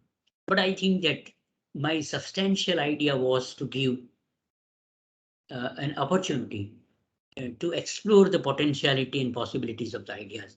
દરેક વિચારની, દરેક શાસ્ત્રની, દરેક શબ્દની, દરેક વ્યક્તિની એક સંભાવના હોય છે, એક શક્યતા હોય છે. એક નહીં, આમ તો ઘણી બધી. તો એને એક્સપ્લોર કરવા માટે, એને નાની એવી જગ્યા દેવા માટે આ બધું હોય છે. અને આવું સરસ કામ કરે છે રાપરની કોલેજને, અને સોલફુલી, હાર્ટફુલી જે કરે છે એવા પ્રિય દોસ્ત રમજાનને પણ હું વંદન કરું છું. જે કોઈ વાચકો આમાં જોડાય છે, વિચારના પ્રેમીઓ જોડાય છે, એને પણ વંદન કરું છું. રમજાનભાઈ, મને ખબર નહીં તમારી કેટલી ધારણા હશે, પણ આઈ હોપ કે મેં 35 માર્ક તો લઈ લીધા હશે તમારી કસોટીમાં. ફરી ક્યારેક મળશું. પણ કોઈને પ્રશ્ન હોય તો મને I will try to justify that. And if it is not, then fine. જી. Thank you to all my lovely friends to spare lovely time with me. I hope I have given something and shared something with you. Thank you. Thank you so much Subhashbhai. જી. તમને જેટલા નામ તમે લીધા અહીં, કેટલાક તો અમે પહેલી વાર મારા જેવા બાઘાએ સાંભળ્યા. એ બધાને જોયા ન હોય એ તો બહુ જ સ્વાભાવિક છે, પણ અમને આનંદ એ વાતનો છે કે અમે તમને જોયા છે. આ રીતે તો આ રીતે, પણ તમને સાંભળ્યા છે. મને યાદ આવે છે મુંબઈમાં એક દિવસ ઓચિંતો તમારો ફોન આવે છે અને કોઈકના ફોનથી ફોન તમે કરેલો, ત્યારે તો તમે ફોન પણ નહીં વાપરતા. એટલે હા, કે રમજાનભાઈ, મને મારા ફોન નંબર મને મારે ચિઠ્ઠીમાં લખીને રાખવો પડે છે. ઓકે. યસ. અને ત્યારે આપણી વાત થયેલી કે આપણે મુંબઈમાં એક સમયે સાથે છીએ, પણ મુંબઈ આપણને ભેગા કરવા નહોતા દીધા. ત્યાં આકાશી માર્ગે પર્યુષણ, હા, પણ અહીં આપણે મળી ગયા, એનો બહુ જ આનંદ છે. અને એમાં વચ્ચે સેતુ મહેન્દ્રસિંહભાઈ મળ્યા. યસ, એટલી મજા આવી છે એમ કહીએ કદાચ. તો મજા પણ પાછો તમે હમણાં ફિલોસોફીના રીતે એને વર્ણવવા જશો તો એની કંઈક જુદી ડેફિનેશન કરશો કે દરેકની પાછી પોતપોતાની મજા હોય. પણ અહીં જે જોડાયેલ એક શ્રોતા છે, આજે કદાચ હું કહી શકું કે એક શ્રોતા આ સબ્જેક્ટના ચાહક શ્રોતા છે. અને એને સમજ્યા સિવાય મને જાજી ખબર ન પડે. પણ આ બધા જ શ્રોતાઓ, એવા પ્રાજ્ઞ શ્રોતાઓની વચ્ચે તમે કેટલી બધી સરસ વાતો અમને બધાને વહેંચી છે. અને વિચારકનું કામ વિચાર કરવા માટે પ્રેરિત કરવાનું જ છે. એટલે એ તમે આજે અમને બધાને કરી બતાવ્યું છે. એક નિશાળ જે ખોલી સર્જકે એ નિશાળનો દરવાજા સુધી તો તમે અમને લઈ જ ગયા કે આ રહી નિશાળ. હા, અને એ નિશાળમાં તમારે જવું હોય તો એનું ટાઈમ ટેબલ જોવું હોય, વિષયો આવા આવા ભણાવવામાં આવે છે, આમ કરવામાં આવે છે. અત્યારે જે રીતે જાહેરાત થાય છે કોઈ સ્કૂલની કે આવું આવું અહીંયા આની સ્પેશિયાલિટીઝ આ છે એમ. તો એવી હા, તમે બહુ સરસ રીતે આખી નિશાળની વાત કરી. અને કોઈને આવું સૂઝે, કોઈ આવી રીતે વિચારે, કોઈ આવી રીતે જીવે, આટલા યુગોથી કેટલા બધા વિચારકો આપણી પાસે આવ્યા અને કેવા કેવા લોકો થયા. મને ઘણીવાર એમ થાય કે આ ભગવાને બિચારો જરાક અટવાઈ જતો હશે કે આ કેવા કેવા મને ઘડાઈ ગયા એમ. એ બધાના ફરમા બનાવીને કદાચ એને આ એક એક ફરમા જ બનાવ્યા હોય, એના જેવું બીજું બીમાઢાળ કઈ આવે નહીં. એવા કેટલા બધા નામ તમે લીધા અને દરેક જણ જુદી જુદી રીતે વિચારનાર લોકો. પણ એક વાત તમે જે કરી કે આપણે ગમે તેટલું ખરાબ કરનાર એને સાચવી શકીએ પણ વિચારકને સાચવી શકતા નથી. આ બહુ જ મોટી કમનસીબી આપણા સમાજની કોઈ પણ સમયે તમે કહ્યું એમ રહી છે. અત્યારે જો એમ નહીં પણ કોઈ પણ સમયે આ રહી છે કે પછી આપણે એના મંદિર બનાવીને એને પૂજીએ છીએ કારણ કે that is a very easy to worship. Ramzanbhai am sorry, એને ફોસિલાઇઝેશન કહે છે. પહેલા આપણે માણસ જીવતો હોય ને, આપણે જીવતી માછલી હોય એને બે ખડક નીચે દબાવીને મારી નાખીએ, પછી આપણે એને ફોસિલ તરીકે એનો જીવાશ્મી તરીકે અભ્યાસ કરીએ છીએ. એટલે જીવતો વિચારક નહીં, પછી વિચારકને આપણે ટાઉન હોલ ની અંદર એને ટાંગી દઈએ છીએ કે આ અમારે મહાન વિચારક થઈ ગયા. નોબડી ફોલોઝ હિમ. એટલે એટલે એ આમ તો રોતે રોતે કરવા જેવી વાત છે. આપણા સમાજની આ દયનીય સ્થિતિ છે કે કોઈ પણ અત્યારે તમે કંઈક નવો વિચાર આપશો તો તમને સ્વીકારવા વાળો વર્ગ કેટલો હશે એ એક બહુ મોટો પ્રશ્ન છે, બહુ જ મોટો પ્રશ્ન છે. એટલે આપણે સોક્રેટિસ થી માંડીને બધાને ઝેર પીવાનું, જીસસને આપણે સૂડીએ ચડાવ્યા છે, ગાંધીને આપણે ગોળીએ નાખ્યા છે. આ આપણો જ સમાજ છે ને. આપણે ગાંધીજી તો એવું કહેતા, ગાંધીજી એવું કહેવાય છે કે જાહેર જીવનમાં 3 વાર રડેલા. એક વખત એને એવું રડતા રડતા એવું કીધું, જળજળી આવી ગયા આંખમાં, અને કીધું કે તમે સૂતરની પૂણી મને ટાંગો છો ફોટામાં, તમે મારી એક વાત માનવામાં તમને રસ. ગાંધીજી કીધું, યા ઇટ ઇઝ સો. બિલકુલ બિલકુલ બિલકુલ.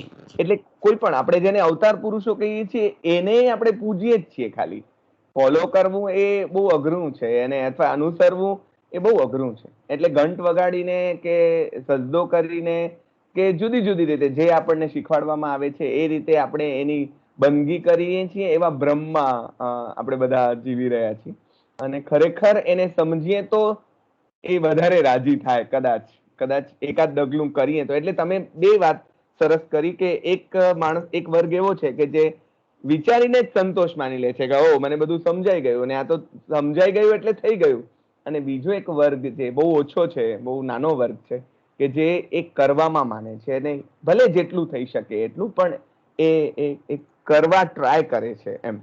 તો એવી ઘણી બધી વાતો તમે કરી છે. એક પ્રશ્ન મને એક વિદ્યાર્થી તરીકે થાય છે કે તમે આ દિશામાં વળ્યા કઈ રીતે? આ દિશામાં તમને કોણ લઈ ગયું તમારી આંતર દિશામાં એમ? એટલે સંજોગો તમારી, એટલે જે પણ ખબર નથી મને, પણ કઈ રીતે તમે આ બાજુ વળ્યા? આ અંગત પ્રશ્ન છે પુસ્તકને. મને એવું કોઈ એક નામ આપીશ તો હું અન્યાય કરીશ. મને એકવાર એક મિત્રે પૂછેલું મને ઇન્ટરવ્યુમાં કે તમારા પ્રિય 5 ગુરુના નામ આપો. તો એક ગુરુના તો ઘરે હું અહીંયા બેઠો છું. પરમાર સાહેબ તો મારા ગુરુજી વંદનીય, આત્મામાં પ્રતિષ્ઠિત થયેલા એવા. પણ મને કોઈ પૂછે કે તમે આમ ઘણા બધા શિક્ષકોના નામ આપો કે જે, તો હું એમ કહું કે વૃક્ષો ને પર્વતો ને નદીઓ ને મેઘધનુષ ને પંખીઓ ઉડતા ને એવું બધું કહેવું. એટલે સાહિત્યમાંથી તત્વજ્ઞાનમાં કઈ રીતે ગયો હવે તો યાદ નથી, પણ પહેલેથી જ એવું હતું. એટલે ઊંચકી ન શકું એવા પુસ્તકો લઈને ફરવાનો એવો મોહ હતો કોલેજ કાળમાં. સમજાતા ન હોય ને ઊંચકી ન શકાય એવા. તો પછી ધીરે ધીરે એમાં રસ પડી ગયો ને it is difficult to point out the moment. પણ યસ, પછી તો વાંચતો ગયો ને પછી અમાંથી બમાં ને બમાંથી કમાં ને કમાંથી ડમાં એમ જવાનું થયું. એવું જ વિચારસરણીનું થયું. બાળપણ મેં એવું કરેલું કે દર વેકેશનમાં એક શાસ્ત્ર જોઈ લેવાનું. આ વેકેશનમાં હું મનોવિજ્ઞાન જોઈ લઈશ, એની પછીના વેકેશનમાં તત્વજ્ઞાન, ને પછી સૌંદર્ય શાસ્ત્ર જોઈશ, પશ્ચિમનું રહસ્યવાદ જોઈશ, ને પૂર્વનું રહસ્યવાદ જોઈશ, ઉપનિષદો વાંચીશ, ને વેદ વાંચીશ. એમ પછી ચાલ્યું. પછી ઓળખ બહુ ખરાબ વસ્તુ છે. પછી તો લોકો સુભાષ એટલે બહુ મોટો વાચક, અને પછી એ અહંકાર મેન્ટેન કરવામાં ઘણું બધું વંચાઈ ગયું એવું થયું. એક પ્રશ્ન હું અહીં પૂછી. ભાઈ એક પ્રશ્ન મહેન્દ્રભાઈ જ હા પૂછી લે. હા ભાઈ, એટલે મારે એવું પૂછવું હતું કે દાખલા તરીકે તમે આ story of philosophy for life, હા. તો એ ચોપડી વાંચવાની જે પ્રક્રિયા છે તમારી, હમ. દાખલા તરીકે આ ચોપડી વાંચવાની પ્રક્રિયા છે, તમે એની કથા કીધી, પણ એની પ્રોસેસ શું છે? એટલે તમે વોટ એક્ઝેક્ટલી હેપન્સ વેન તમે જ્યારે ચોપડી વાંચો છો ત્યારે શું થાય છે તમારું અને ચોપડી સાથેના તમારા અનુસંધાન? ચોપડીમાં તો મહેન્દ્રભાઈ, પુસ્તક તો હું આમ મારું ગ્રંથાલયમાં હાથ મૂકું ને પછી એક પુસ્તક ખેંચીને કાઢું ને ત્યારે મને સ્ટ્રોંગલી એવું થાય કે બીજું પુસ્તક મને કહે છે તું મને તો મૂચક, તું મને તો બહાર કાઢ, હું તો અહીંયા કેટલા વખતથી ખરીદ્યા પછી 6 મહિનાથી અહીંયા પડ્યું છે. એટલે લિટરલી કોઈ જ અતિશયોક્તિ વગર કે કોઈ વસ્તુની કવિતા બનાવ્યા સિવાય કહું કે એક પુસ્તક કાઢું ત્યારે પડખેના બંને પુસ્તકોને હાથ ફેરવીને કહું છું કે અત્યારે આ મિજાજ છે, પણ તમારો વારો આવશે, હું રાહ જોઉં છું તમને મળવાની, હું પ્રતીક્ષા કરું છું સેક્રેડ મોમેન્ટની, જેમાં હું તમને કાઢીને. એ મારે મન પુસ્તક જ રહેતું નથી, એ જીવંત બની જાય. હું દરેક વખતે, હું એકવાર મોરારી બાપુને અંગત રીતે એવું કહેતો હતો કે બાપુ હું તો બહુ હિમાલયના પ્રવાસોની કે આ 40-45 વર્ષથી હિમાલય ફરો છો, મેં કીધું બાપુ હું બહુ ડરપોક છું, એકલો તો ક્યારેય જાતો જ નથી. હું ઉત્તરાખંડમાં જતો હોઉં, મને ખબર છે કુમાઉનું જંગલ છે તો મારી સાથે જલાલુદ્દીન રૂમી લઈ જાઓ, અને હું કેદારનાથ જતો તો મારી યારે શંકરાચાર્યનો ગ્રંથ લઈ જાઉં, ને ક્યારેક કબીરના પદો લઈ જાઉં, ક્યારેક રમણ મહર્ષિ લઈ જાઉં. મારે રમણ મહર્ષિ વાંચવો હોય તિરુવના હું જતો હોઉં છું, એમના રમણ આશ્રમમાં રહીને મહિનો વાંચું. પછી મારે લાઈફ ડિવાઇન વાંચવું હોય તો શ્રી અરવિંદનું તો હું પુડ્ડુચેરી જઈને પુસ્તક વાંચતો હોઉં છું. એટલે પુસ્તક મારે મન જીવંત કમ્પેનિયન છે એવરી ટાઈમ. પણ યસ, એનું ડાયનામિક્સ, ક્યારેક પ્રકરણ પડ્યું રહે, કોઈક વિચાર, અને મારી ઓલી આમ મહેન્દ્રભાઈ ઓલું સમર સોલ્ટ ન આપણે ખાઈએ, હવામાં એક ગુલાંટ વધુ ખાઈએ. કે જ્યારે કોઈ સરસ મજાના વિચારકને વાંચું, હું નીચે વાંચું ત્યારે મને એને જે ગુંગળામણ અનુભવીએ છે સભ્યતા વચ્ચે એનું થાય. પછી સાર્ત્રેને વાંચું તો મને એમ થાય રોમાન્સ. પછી હું ટાગોર વાંચું તો ટાગોર અત્યારે હું શાંતિનિકેતન જઈને ટાગોર વાંચું. પછી બાઉલ મિસ્ટિક્સ વાંચું તો અજોય કિનારે બાઉલ મંદિરો આંગણામાં જઈને હું બાઉલને વાંચું છું. એટલે એને લાઈવ એનું ડાયનામિક્સ થાય, પુસ્તક લેખક એનો વિચારક, પછી એની ધારા ચાલે. એક પુસ્તક વાંચતો હોય ત્યારે બીજું મને વ્યભિચાર લાગે. જીબ્રાનની એવું એક પત્ર મને યાદ આવે છે કે જીબ્રાન એની મિત્ર મેઝાયદને કહે છે કે આજે મારા ગમતા ચિત્ર સામે જઈને હું મ્યુઝિયમમાં બેઠો, પછી ડરતો આજુબાજુ ક્યાંય નજર કર્યા સિવાય હું બહાર નીકળી ગયો, કે જો બીજું ચિત્ર જોઉં તો વ્યભિચાર છે. એક વિચારકને હું હાથમાં લઉં, એ વિચારક સાથે 6 મહિના, વર્ષ, 1.5 વર્ષ, કે છેલ્લા 12 વર્ષથી હું જલાલુદ્દીન રૂમી ઉપર, સૂફી ઉપર કામ કરું છું.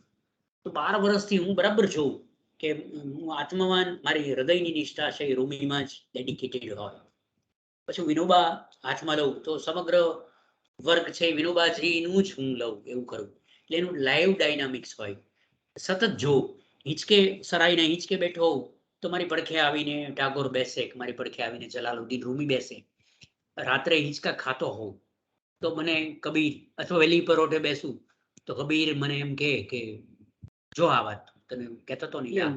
હું જે પૂછું છું ને એ આનું જે ડીકોડિંગ કરવાની જે વાત છે કે તમે રૂમીનું ડીકોડિંગ કરો કે તમે ટાગોરનું ડીકોડિંગ કરો, તો એ આ કોડિંગ ડીકોડિંગની જે પ્રોસેસ છે એ તમારી પોતાની એક જર્ની છે, અને એને વિશે તમારા કેટલાક નિરીક્ષણો સ્થિર થયા હશે તમારા ચિત્તમાં. એટલે ડીકોડિંગ 2 સ્તરે ચાલે, એક મનનું ચાલે અને એક હૃદયનું ચાલે. અનફોર્ચ્યુનેટલી બહુ મને વાર લાગી, મને આઈ એમ સોરી ટુ સે કે ટાગોરનું એક અદ્ભુત વાક્ય છે મહેન્દ્રભાઈ.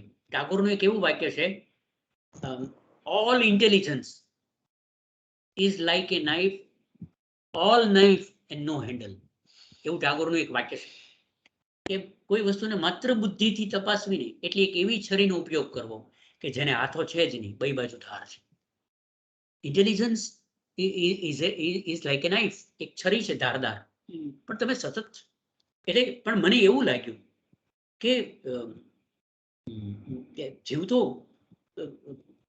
જીવતો કોલસો હોય મહેન્દ્રભાઈ, એને સાણસીથી પકડો કે ચીપિયાથી પકડો, બરાબર છે, પણ કેટલાક લોકો એવા હોય કે જે જીવતા કોલસાને હાથેથી પકડે. તો જીવનમાં વિચારોનો પ્રયોગ એ જીવતો કોલસો હાથેથી પકડવા જેવું છે. હું સાણસીનો ઉપયોગ નહીં કરું, કોઈ વિચાર છે એટલે હું સીધો જીવન નામની પકડથી હાથમાં લઈશ. મારો હાથ દાંત છે. જે વિચારકો સહિત આજ્યા છે, કેટલાક મર્યા છે, કેટલાકને ટાંગી દેવામાં આવ્યા છે, કેટલાકને દાટી દેવામાં આવ્યા છે, કેટલાકને જીવતા ફર્નેસમાં નાખવામાં આવ્યા છે. બધી જ ધારાઓમાં છે. કોઈએ ગૌરવ લેવા જેવું છે. બધાએ પોતપોતાના વિચારોને દંડ્યા છે, વિચારકોને દંડ્યા છે. તો એવું છે. એટલે એ ડાયનામિક્સ છે, એ ચાલે. એની પીડા પણ હોય, એનો નશો પણ હોય. ટાગોરનું કોઈ નાનકડી 1.5 લીટી છે, એ દિવસો સુધી મહેન્દ્રભાઈ આપણી સાથે રહે. કબીરનું કોઈ પદ ઝૂલ્યા જ કરે, રૂમીનું કોઈ પંક્તિ હોય, અને એમ એવું સતત ચાલે. અને એનું એક ઇન્ટરેક્શન ચાલે. એ હાર્ટફુલ પણ હોય, માઇન્ડફુલ પણ હોય, સોલફુલ પણ હોય. પણ yes, it is always in the life, in the living. Yes, it is. Thank you. હાજી સુભાષભાઈ, આપણે જ્યારે અલગ અલગ વિચારકોને વાંચીએ છીએ, એટલે અમે નથી વાંચ્યા પણ તમે જ્યારે વાંચ્યા છે ત્યારે બધા પોતપોતાના ઇન્ટેન્શનથી વાત કરે છે. દરેકનો પોતાનો અભિગમ છે, અને એ અભિગમ જ્યારે તમે 10 જણાને વાંચો છો ત્યારે એ 10 નો સરવાળો કરતા ક્યાંક 2 જણા સામસામે પણ થતા હોય, ત્યારે તમે કેવી રીતે રસ્તો કાઢો છો? એક લાકડી પડી છે, હાજી, એક પ્રવાસી નીકળી ત્યાંથી રખડું, મહેન્દ્રભાઈ જેવો પ્રેમાળ રખડું, આખા જગત સાથે દોસ્તી હોય એવો. તો મહેન્દ્રભાઈ ઈ લાકડી લઈ અને એક બોરડી ઉપરથી બોર્ડ પાડે છે. પછી ત્યાંથી સુભાષ નીકળે, તો એક નદી ઓળંગવામાં એ લાકડીનો ઉપયોગ કરે છે. પછી લાકડી પડી રહે છે. પછી લાકડી કોક આગળથી 2 ઇંચ કાપીને પોતાની કુહાડીમાં એ લાકડીનું ઠૂઠું ભરવે છે, ફાચર તરીકે. પછી લાકડી આગળ જાય છે, કોઈ વૃદ્ધ માણસના હાથમાં આવે છે, તો એને ટેકે ટેકે ઘરે ચાલે છે. ઘરે પહોંચે છે એ લાકડી, ત્યાં એની પત્ની જ્યારે ઓલું બાળવા માટે, રસોઈ કરવા માટે લાકડા કાપતી હોય છે, એ લાકડી કાપીને એનો ધુમાડો કરે છે, તો એ રાખ થઈ જાય છે. It depends on how you use it. આ કથા લાંબી કરી શકાય એમ છે રમજાનભાઈ, પણ હું નથી કરતો. પણ તમે સમજી ગયા, બધા વિચક્ષણ લોકો બેઠા છે. તો કે લાકડીના એન્ડલેસ ઉપયોગો હોય, એવું વિચારનું પણ હોય. અને લોકોએ પગલું છણિયા તરીકે વિચારો વાપર્યા હોય, લોકોએ પોતાની કારકિર્દી જમાવવા, મહત્વાકાંક્ષા જમાવવા. વિચાર તો બિચારો શું કરે, તો કઈ એ તો વપરાશે. રાધર મને એનો આનંદ પણ છે, એ કઈ એનો દુરુપયોગ છે એવું નથી માનતો. એક વિચાર એન્ડલેસલી કેટલી જગ્યાએ વપરાય છે, એની યુટિલિટી પણ છે. વિચારનો એ તો ઉપયોગ છે. ક્યાંક વિચાર છે એ શાતા ઊભી કરે, ક્યાંક વિચાર છે એ હિંસા ઊભી કરે, ક્યાંક વિચાર સળગે, ક્યાંક બધું સળગાવે. એટલે અને તમે જુઓ ને, ત્યારે ડેટાના યુગમાં તે વિચાર છે એ ડેટા બની ગયો, કબીર છે એ ડેટા બની ગયો, રૂમી છે એ ડેટા બની ગયા, બરાબર છે. ટાગોરની કવિતાઓ છે એ કવિતાના રહેતા ડેટા બની ગયા. એટલે એવું થવાનું. ઇટ્સ ઓલ યુ, બરાબર છે. એટલે વીજળીનો ઝબકારો થાય, કોઈક છે એ ઝબકારામાં પોતાની કેડી જોઈ લે, કોઈક એ ઝબકારા દરમિયાન આકાશ જોઈ લે, તારા જોઈ લે. It depends all how you use it. અને એ ઉપયોગ તમે એટલે રિસ્ટ્રિક્ટ ન કરી શકો રમજાનભાઈ, કે એ ઉપયોગ છે ને એ સબ્જેક્ટિવ છે. It varies from person to person. એક વ્યક્તિએ એના માપદંડોની ચડ ઉતર થવાની, પણ મંજૂર છે. એને માત્ર વિચારના આધારે વિચારકને મારી શકાય નહીં, એને હણી શકાય નહીં. Rather wait for the another idea. એની રાહ જુઓ એ કોઈ બીજો વિચાર. હા હા, બિલકુલ. અને તમે જે એક વાત કરી ને કે કોઈને ટાંકીને કે માત્ર વિચાર એ મૃત ગર્ભ જેવો છે, આ વાત આમ બધા મિત્રોને સ્પર્શી, અને બધાએ, તમે કદાચ એ જોયું હશે કે કેમ, પણ બધાએ એને તરત ઓલી કરી કે કેમેરા સામે બેસું એટલે મને બહુ ડર લાગે, મને બહુ જ બીક લાગે.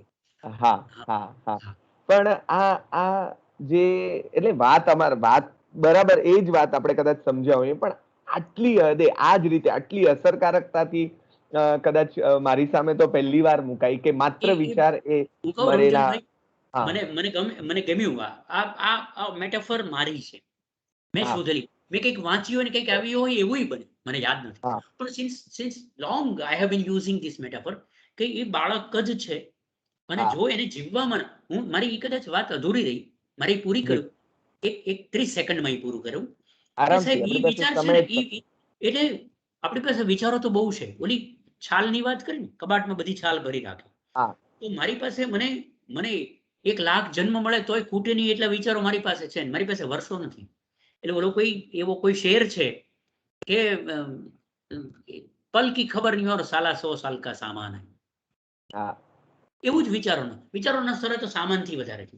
મારી પાસે કરોડો વિચારો છે જે જીવી શકાય, અને એક વિચાર હું જીવતો નથી. એ માણસ વિચારની ખોજમાં સમય કાઢે છે કારણ કે યુ આર રોમેન્ટિસાઇઝિંગ યોર લિવિંગ, પણ વિચાર જીવવામાં નહીં.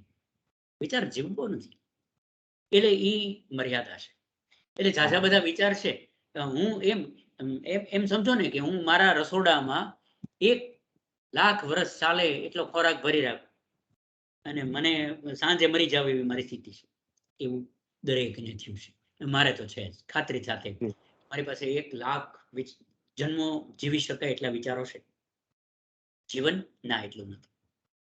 એટલે એને બદલે કોઈ પ્રયોગમાં હું મૂકી દઉં, કોઈ 2 વિચાર જીવી દે. અને તમે જુઓ, 2 વિચાર જીવનારા લોકો ને આપણે પ્રતિભા કહીએ છીએ, આપણે અવતારો કહીએ છીએ.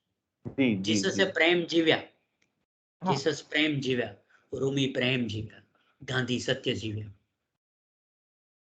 મોહમ્મદ છે એ પૈગંબર સાહેબ ભાઈચારો જીવ્યો, ફ્રેટર્નિટી, કોમરેડરી કોને કહેવાય એ પૈગંબર સાહેબે સમજાવ્યું. મીરાબાઈએ છે વિરહ સમજાવ્યું, રાબિયાએ પવિત્રતા સમજાવી, ટાગોરે સૌંદર્ય સમજાવ્યું. એક શબ્દ અને આપણે એની પ્રતિભા, આપણે એને અવતાર કહીએ છીએ.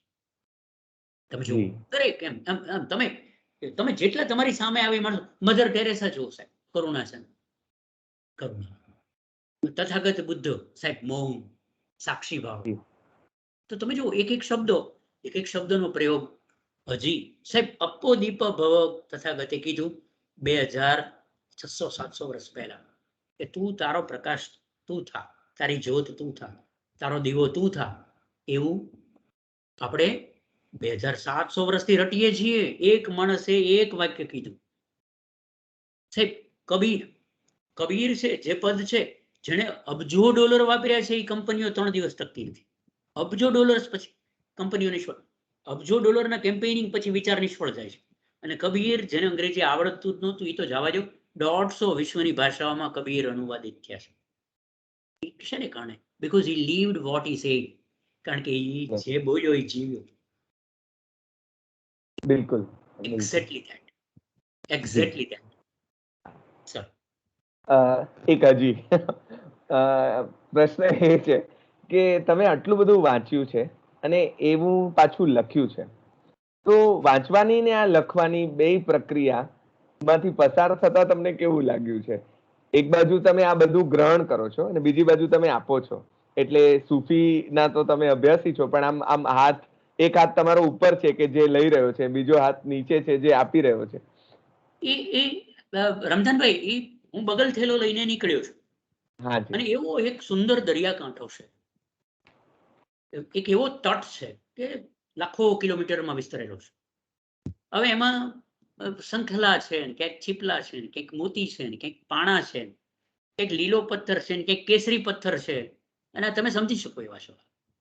તો એ બધું હું થેલામાં ભરું છું. પછી જે મળે એને હું આપું છું. આમાં મારું કંઈ જ નથી, ઓનેસ્ટી સાથે કહું છું.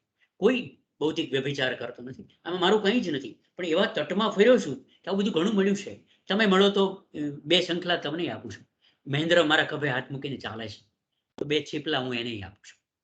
કોઈક શંખ નીકળ્યો છે તો હું વગાડી જાણું છું. કોઈક મોતી નીકળ્યું છે તો મોતી હું કોકને આપી દઉં છું. It's not mine. આ તટ છે, અને કોઈક ચાલે છે તો એને કહું છું કે આ તટ દૂર સુધી ચાલવા છે, તો ચાલો, આનાથી વધારે. અને ઇટ ઇઝ નથિંગ. એટલે બધું જબરું છે. હું છે ને એક સાધ્વીજીને મળેલો, એટલે દેવલમાં એમનું નામ છે. એ અમારે ત્યાં એક ચારણ ગઢવી બેન, જેને ગ્રહસ્થી સ્વીકારવી પડી, પણ પછી એ બહુ કઈ જામ્યું નહીં અને હવે એ એકલા રહે છે, મસ્તીથી રહે છે. એમને મેં એક વખત કહેલું કે દેવલમાં, એટલે કચ્છીમાં, કે કંઈક ચોયો એમ, કંઈક કહો. કંઈક તો કહો, અમે આવ્યા છીએ તો કંઈક કહો ને, એમ જેમ અમે તમને કહી રહ્યા છીએ કંઈક કહો, કંઈક કહો. ત્યારે એમણે એક બહુ સરસ વાત કરેલી કે પોતર કરો ચા, એટલે કે દીકરા તને શું કહો એમ. અને પછીનું વાક્ય વધારે અગત્યનું અંડરલાઈન કરવા જેવું હતું કે અસીતા એઠી ગાલ્યું કઈ દલે, અમે એઠી વાતો કરવા વાળા છીએ એમ. કે જ્યાં સુધી અનુભૂતિ નથી અંદરની, ત્યાં સુધી મેં ક્યાંક વાંચેલું, સાંભળેલું કે જે કોઈ પણ રીતે બીજા કોઈની વાત હું તને કરું છું, પણ એ એઠી વાતોનો એ કેટલો આનંદ હોય છે, કારણ કે એ ક્યાંથી બાઉલ એવું કે છે, બાઉલનું કોઈ શાસ્ત્ર નથી કે અમારું જીવન, અમારી પળ શાસ્ત્ર અને અમારો પ્રેમ એ અમારો વિચાર. એટલે બાઉલે એમ કે છે કે એવા કોકના એઠા વાસણો કૂતરાની જેમ શું છાટ્યા કરવાના એમ. બિલકુલ બિલકુલ. પણ એની મજા છે અમને બધાને તો એ હા, એની મજા છે, એની મજા. હું બોલ્યા કરીશ તો બંધ નહીં થાઉં, પણ આપણે બીજા શ્રોતા મિત્રોને પણ પ્રશ્ન કરવા માટે અવકાશ આપીએ. તો અન્ય મિત્રો જે આપણી સાથે જોડાયેલા છે તે જો ઈચ્છે તો પોતાનો પ્રશ્ન કે પ્રતિભાવ રૂપે વાત કરી શકે. આ વાત થોડી લંબાય તો મજા પડે એવી છે, એટલે જે મિત્રો જોડાયા છે, ઇફ દે વોન્ટ. હાજી નીલમબેન, આપનો ઓડિયો નીલમબેન ઓન કરજો. હેલો સુભાષભાઈ, પહેલા તો પ્રણામ કરું છું. અનહદ બાનીના સર્જકને આજે અહીંયા સાંભળવાનો, જોવાનો જે અવસર મળ્યો એ માટે તમારો આભાર માનવો કે રમઝાનભાઈ નો આભાર માનવો એ ખબર નથી, કારણ કે તમને સાંભળ્યા ને પછી આજે શબ્દો ખંખેરાઈ ગયા છે. એટલે હવે શબ્દો ખંખેરાઈ જાય ત્યારે શું કેવું એ ખબર નથી પડતી. પણ તમારો એક રમઝાનભાઈ અને રાપર કોલેજ તો ફિલોસોફી ક્લબ ચલાવે છે, જેમ તમે ફિલોસોફી કાફેનું કહ્યું એ રીતના એનો આનંદ છે. અને બીજી એક વાત બહુ જ ગમી ગઈ મને, કે તમે બહુ જ સરસ કહ્યું કે આમ તો તમને ઘણા વર્ષોથી વાંચીએ જ છીએ, એટલે તમારી પણ આજે તમારા મોઢે સાંભળીને આનંદ થયો કે જે વિચાર છે એ સાખ્ય છે, જે જીવાય છે, જે કર્મમાં એને અનુસરાય છે એ યોગ છે. એ વસ્તુ ખરેખર દિલથી સ્પર્શી ગઈ. અને યસ, ને આપણે મૂર્તિ બનાવીએ છીએ કે વિચારકની મૂર્તિ બનાવીએ, પણ પછી કઈ એને અમલમાં નથી, એટલે 100 સારા વિચાર જાણીએ પણ એકને અમલમાં નથી મૂકતા તો એનો કોઈ મિનિંગ નથી. એટલે તમે એને બહુ સરસ રીતે મૂક્યું કે માત્ર વિચાર એ મૃત ગર્ભો છે, જે વિચારો જીવાતા નથી. એટલે એ ખૂબ ખૂબ સ્પર્શી ગયું. અને ફિલોસોફિક કાફેની વાત પણ ખૂબ, હકીકતે તો સાચું પૂછો તો બધું ખોવાઈ ગયા છે, શબ્દ ખંખેરાઈ ગયા છે. પણ તમે જે વેબસાઇટનું લિસ્ટ આપ્યું એ તો અમે પછી રમઝાનભાઈ યુટ્યુબ ઉપર મૂકશે ત્યારે એમાંથી ફરીથી, કારણ કે બધા યાદ નથી રહી, એટલે એમાંથી હું રમઝાનભાઈને છે ને એનો WhatsApp કરી દઈશ, એ બધા મિત્રોને વહેંચી દઈશ, હું પ્રોમિસ આપું છું. ચોક્કસ. તો એ બહુ મોટો આભાર, એના માટે આભાર માનીએ છીએ. બાકી તો તમને મળતા જ રહીએ છીએ અનહદ બાનીના સરનામે. એટલે ખૂબ ખૂબ આનંદ, ખૂબ ખૂબ વંદન. Thank you. જી, thank you Neelamben. Yes, Sandhyaben વાત કરવા માંગે છે. આઈ થિંક આશીષભાઈ નો પણ કેમેરા ઓન થયેલો, પછી એ વાત કરી શકશે. સંધ્યાબેન. હા, એટલે સુભાષભાઈ, રમઝાનભાઈ, મને એમણે જે આ પુસ્તકની વાત કરી ને, કે પુસ્તકની જે રચના છે એટલી સરસ રીતે કરેલી છે. તો પેલા વિશાલ ભાદાણીએ જયારે વાત કરેલી ને, કેમ કે આ લોકો જે છે પશ્ચિમના લોકો પુસ્તકનું જે આયોજન છે એટલું સરસ કરે છે, ક્યારે પણ ફોર્મની ચિંતા કરતા નથી, અને બહુ સરસ રીતે, એટલે નાવીન્ય હોય છે એમાં, અને જીવંત પણ હોય છે. એટલે એ વાત મને બહુ ગમી. અને આ જીવન અને વિચાર એ બેનું સામંજસ્ય કેટલું બધું અદ્ભુત છે. એટલે શરૂઆતમાં જ્યારે ફિલોસોફી કે તત્વજ્ઞાન કે કોઈ કોરા વિચારો નથી, પણ જેમ જેમ જીવતા જઈએ છીએ તેમ તેમ આપણને આ બધું એપ્લાય થતું જાય. અને એમણે કીધું કે ઘણા બધા વિચારો કોરા રહી જાય તો એપ્લાય ન પણ થતા હોય તો એનો કોઈ અર્થ નથી વગેરે. ખૂબ આખી વાત ખૂબ જ ગમી. અને મને પોતાને, એટલે સુભાષભાઈ, આપને પણ એવું થતું હશે કે કેટલાક, એટલે એક અંગત એવો પ્રશ્ન પૂછવા માંગુ, 2 પ્રશ્ન પૂછવા છે. એક અંગત પ્રશ્ન એવો કે આપને એવું ક્યારેક લાગ્યું છે કે આપના જીવનમાં કોઈક એવી સમસ્યા આવી હોય એવું કંઈ પણ અથવા ચેલેન્જ આવી હોય કે કંઈ પણ હોય અને એ વખતે આ જે બધું વાંચેલું વિચારેલું એને કારણે એ વસ્તુને ફેસ કરવામાં અથવા એને સમજવામાં આખી વાતને અથવા પ્રોબ્લેમને કે એને કારણે એક મદદ મળી હોય એ પ્રકારનું એવું કંઈક હોય તો આપ કહી શકો. હું તો પોતે એટલે આપણે એવું કહીએ કે ઘણી વખત કહીએ ને કે મૃત્યુ દાખલા તરીકે સ્વજનનું મૃત્યુ એઝ ફોર એક્ઝામ્પલ 40-45 વર્ષે માની લો કે તમને ફેસ કરવાનું આવે અને એના પહેલા જો આપે આ ગીતાની ફિલોસોફી ને એ બધું જો આપ સાંભળતા આવ્યા હોય એટલે તો તમને એ વસ્તુને સ્વીકારવામાં ખાસી એવી મદદ મળે છે એમ. એટલે એ રીતે આ વિચારો આપણને મદદરૂપ થતા હોય છે એમ. અને ફિલોસોફી ખાલી વાંચન પૂરતી કે વિચાર પૂરતી નહીં પણ એ જીવનમાં આપણને કામ લાગે છે. એટલે આવી કોઈક વસ્તુ હોય તો આપો. અને બીજી એક વસ્તુ એમ કહેવા માંગુ કે ઉમાશંકર જોશી એમ કહેતા હતા કે બધા મકાનો પડી જાય, બધી દિવાલો ખડી પડે અને પછી જે રહે છે, પછી પણ જે બાકી રહે છે એ શિક્ષણ છે એમ. તો એ જે છે એ પણ આ જ વસ્તુ અને પ્રતિપાદિત કરે છે. બરાબર છે એ વાત? એવું અર્થઘટન કરીએ તો બરાબર છે? એટલે બરાબર છે. એટલે છે ને એ હું એકવાર નાથ સંપ્રદાય ઉપર મારે લખવાનું છે. પશ્ચિમમાં એક અંગ્રેજી પુસ્તક પ્રકાશિત થતું હતું ફોટોગ્રાફી, અને મારા ભાગે એવું હતું કે નાથ સંપ્રદાય અખાડાઓ કેવા હોય છે એની વાતો તમે કરો સાધુઓની. પછી મેં 40 પાના કોમ્પ્યુટરમાં કર્યું. પછી દરરોજ એટલે ટાઈમ લાઈન હતી, ડેડલાઈન હતી, તો દરરોજ સવારે 2:30 વાગે ઊભો થઈને હું કરતો ટાઈપ. ને પછી કંઈક મને આવડ્યું નહીં, કઈ ભૂલ થઈ, અને પછી કોઈ જુવાન છોકરાને બોલાવ્યો કોમ્પ્યુટર માટે, તો બેની નાથ સંપ્રદાયના 40 પાના વયા ગયા. બરાબર.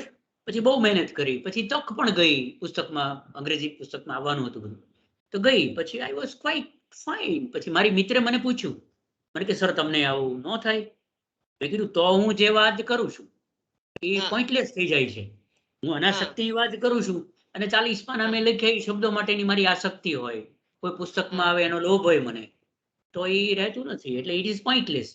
એકવાર અરુણાબેન જાડેજાનો મને ફોન આવેલો કે સુભાષભાઈ તમારું અનહદ બાની છે, એ અમે અમારા એક મેગેઝિન છે ધ્યાનનું યોગનું, હું સંપાદન કરું છું, તેમાં અનહદ બાનીના એપિસોડ લઉં. મેં કીધું લ્યો ને બેન. એ કે તમારે કોપીરાઇટ ને? મેં કીધું ના એવી કઈ જરૂર, તમે ચિંતા ન કરો. મેં કીધું હવે જલાલુદ્દીન રૂમીના પ્રસંગો, કબીરના પ્રસંગો ને હોય એમાં હું વળી કોણ? મેં કીધું કોપીરાઇટ કરવા વાળો. તો આ ઇટ્સ અ પ્રેક્ટિકલ વિઝડમ કે જે જ્ઞાનમાંથી આવેલું છે, પણ એ મેં વ્યવહારમાં મૂક્યું કે ના એવી મારી કોઈ આસક્તિ નથી. તમે નામ મૂકશો તો મને બહુ ગમશે, ધારો કે નથી મૂક્યું તો ફાઇન, ઓકે. વાત તો કબીરની છે, એમાં who am I to have the copyright? Power of attorney થોડી કબીરમાં. તો ધીસ ઇઝ સિમ્પલ. એટલે મને કઈ વાંધો નહીં એમ. એટલે એવું છે કે હું બસ મળી તો બારીએ બેસીને જંગલનો આનંદ લઈશ, અને બસ ન મળી તો જંગલમાં ચાલવાનો આનંદ લઈશ. એનાથી વધારે આ મોટી વાત નથી.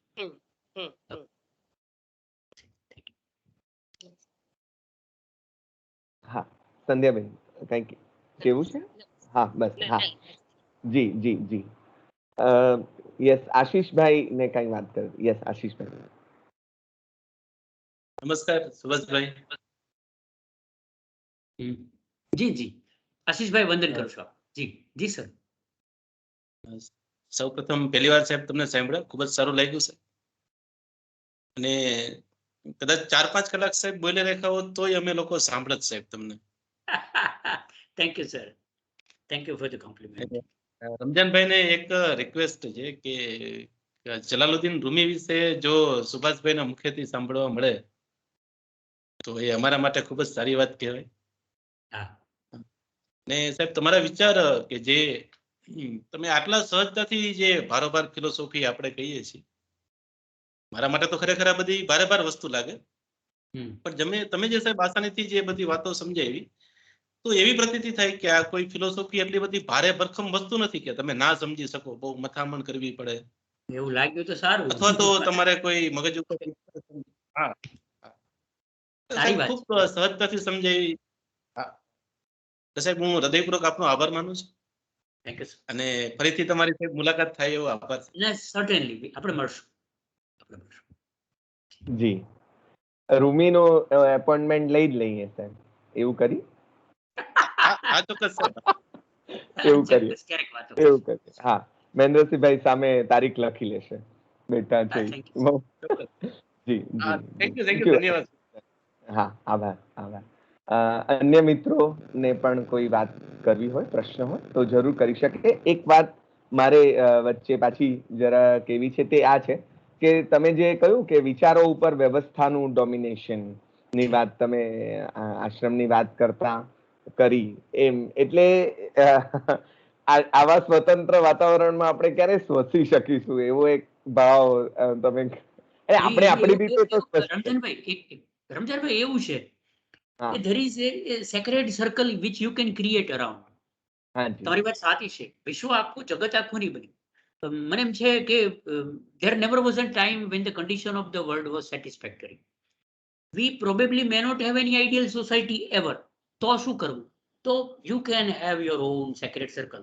હું મહેન્દ્રભાઈ અહીંયા ગુજરાતી વિભાગના હું જોઉં છું તો બધી જગતભરની યુનિવર્સિટીને બધી કેટલી નબળી દુબળી વાતો આપણે સાંભળતા હોઈએ છીએ, પણ એને પોતાનું એક પાવક વર્તુળ રચ્યું છે કે જે એને ગમે એને સમજાણું છે, એને જે અનુભવ્યું છે, એના મનમાં જે વિઝન છે એ પ્રમાણે એ મથામણ કરે છે. તો છે ને એ મથામણ કોઈ પ્રાપ્તિને મહત્વની નથી. It is not important where you reach, ક્યાં પહોંચી ગયા મહત્વ નથી, તમે યાત્રા કરીશ કે નહીં મહત્વ નથી. જિબ્રાનની એક સરસ વાક્ય છે કે if you want to know the beauty of the life, જીવન યાત્રાના માર્ગનો આનંદની વાત તમારે જાણવી હોય તો ask to a tortoise and not to a rabbit. તો કાચબાને પૂછજો, સસલાને ન પૂછજો. બસ એટલું સહેલું છે કે તમારી આસપાસ તમે, હવે હું તમને કહું વિશ્વની કેટલી યુનિવર્સિટીઓમાં ચાલે આ 109 પુસ્તક સુધી પહોંચવું, આ ભલે ભલે બે જ જણા હોય એ હું મહેન્દ્રભાઈમાં તાકાત જોઉં. ક્યારેક હું મહેન્દ્રભાઈને પૂછું પણ ખરું, મહેન્દ્રભાઈ ક્યારેક થાકી જવાય તો એ થાકતા નથી, કારણ કે એને વારસો પરમાર સાહેબનો છે, દત્તસિંહજીનો. તો મને હું ક્યારેક હાંફી જાઉં તો મને એમ થાય તો એ બે જણા વચ્ચે સંવાદ ટકે. કેટલા બે જણા વચ્ચે સંવાદ આપણી સુધી પહોંચે છે. તમે કલ્પના કરો ને 3,500 વર્ષ પહેલા તથાગત અને આનંદે જે વાતો કરી છે એ તમારી સુધી આવે કઈ રીતે સાહેબ? આને કારણે તો આવે છે. એટલે આત્મવાન બનીને, હૃદયસ્થ બનીને, સ્વસ્થ બનીને, મૌનસ્થ બનીને, ધ્યાનસ્થ બનીને તમે કંઈક કર્યું, અને ભલે ને બે જણા વચ્ચે જે ડાયનામિક્સ ઊભું થાય છે, આ ડાયનામિક્સ પ્રિય શબ્દ તો મહેન્દ્રભાઈ, તો એ જે એનું ડાયનામિક ઇન્ટરેક્શન છે, એનું જે ઊભું થાય છે એ પોતે એટલું બધું બળવાન હોય છે કે પહોંચી જાય છે. શમ્સ તબરીઝ, રૂમીનો મિત્ર શમ્સ તબરીઝ એવું કહેતો કે મારે જે કહેવાનું હશે એ હું કહીશ, અને એને જે સાંભળવા વાળો છે એ સાંભળશે. એમાં સ્થળ અને કાળ બંને ખોટા પડે. હવે સાહેબ 12મી સદીમાં શમ્સ એઝરબૈજાનમાં જન્મેલો, મને અરેબિક નથી આવડતી, મને ટર્કી નથી આવડતી, મને ગ્રીક નથી આવડતી, મને એકે ભાષા નથી આવડતી, તો એ શમ્સ તબરીઝની વાતો ધીરે ધીરે ધીરે કરતા ભાવનગરમાં મારી સુધી કઈ રીતે પહોંચે? મારી સુધી કઈ રીતે પહોંચે? સાહેબ કોલમેન બાર્ક્સે રૂમીના અનુવાદો કર્યા. હવે કોલમેન બાર્ક્સને અરેબિક નથી આવડતું, ટર્કી નથી આવડતું, એ કોક પાસે કરાવ્યું એને, અને એ અંગ્રેજીમાં લઈ આવ્યું. કોલમેન બાર્ક્સ છેલ્લા 10 વર્ષથી બેસ્ટ સેલર પોએટમાં રૂમીને લાવીને મૂક્યો છે. તો એનો અર્થ કે એની વાતમાં બળ છે.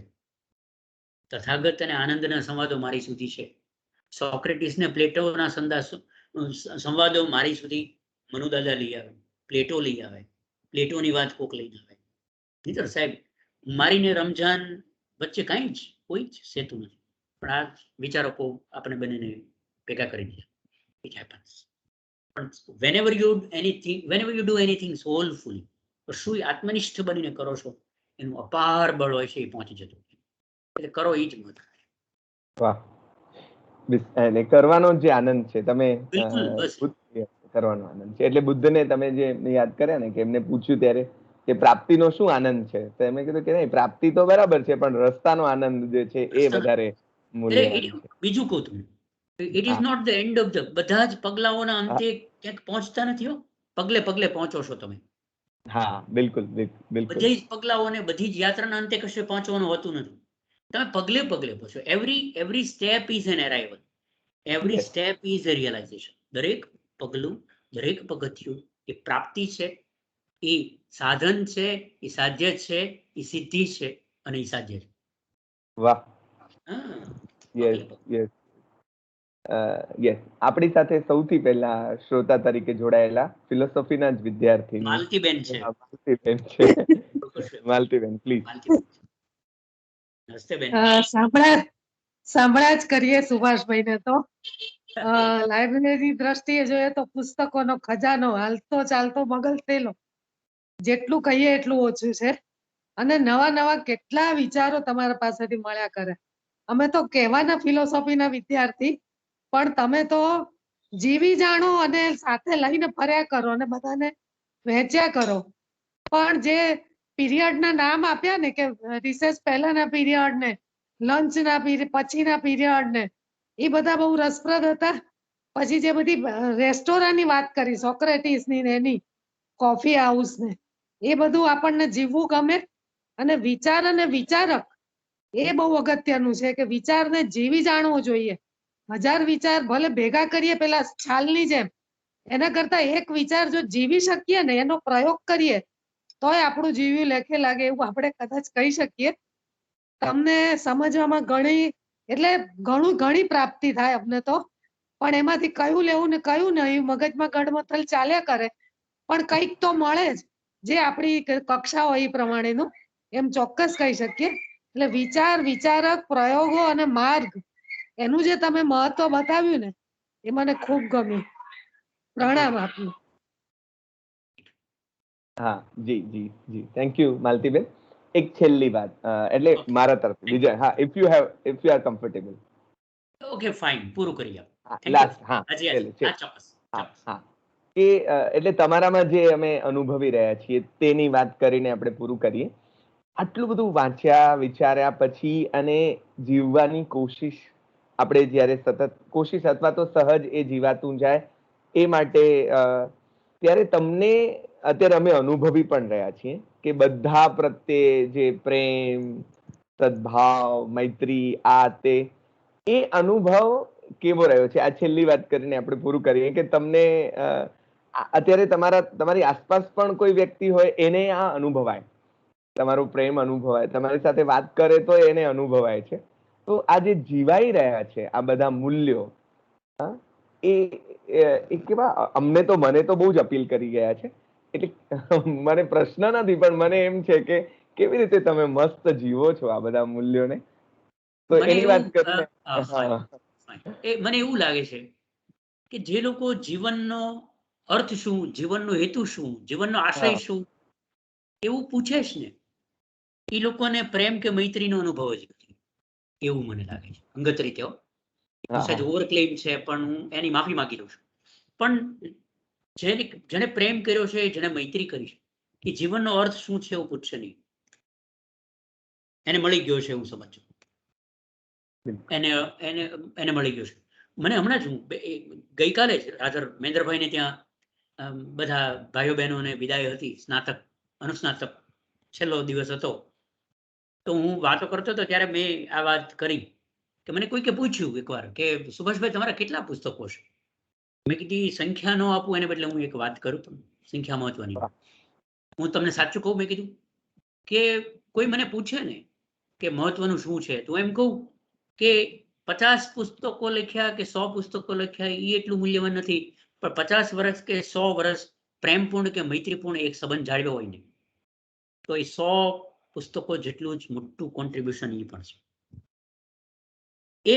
50 વર્ષ એક સંબંધ રાખો એ વધુ મૂલ્યવાન છે 50 પુસ્તકો લખવા કરતા. હું ખરેખર I mean it when I સે ધીસ. જેને પ્રેમ કે મૈત્રી જડી ગયા છે, હું મહેન્દ્રને ઘણી વાર એવું કહું કે તમે મને મૈત્રી શીખવી,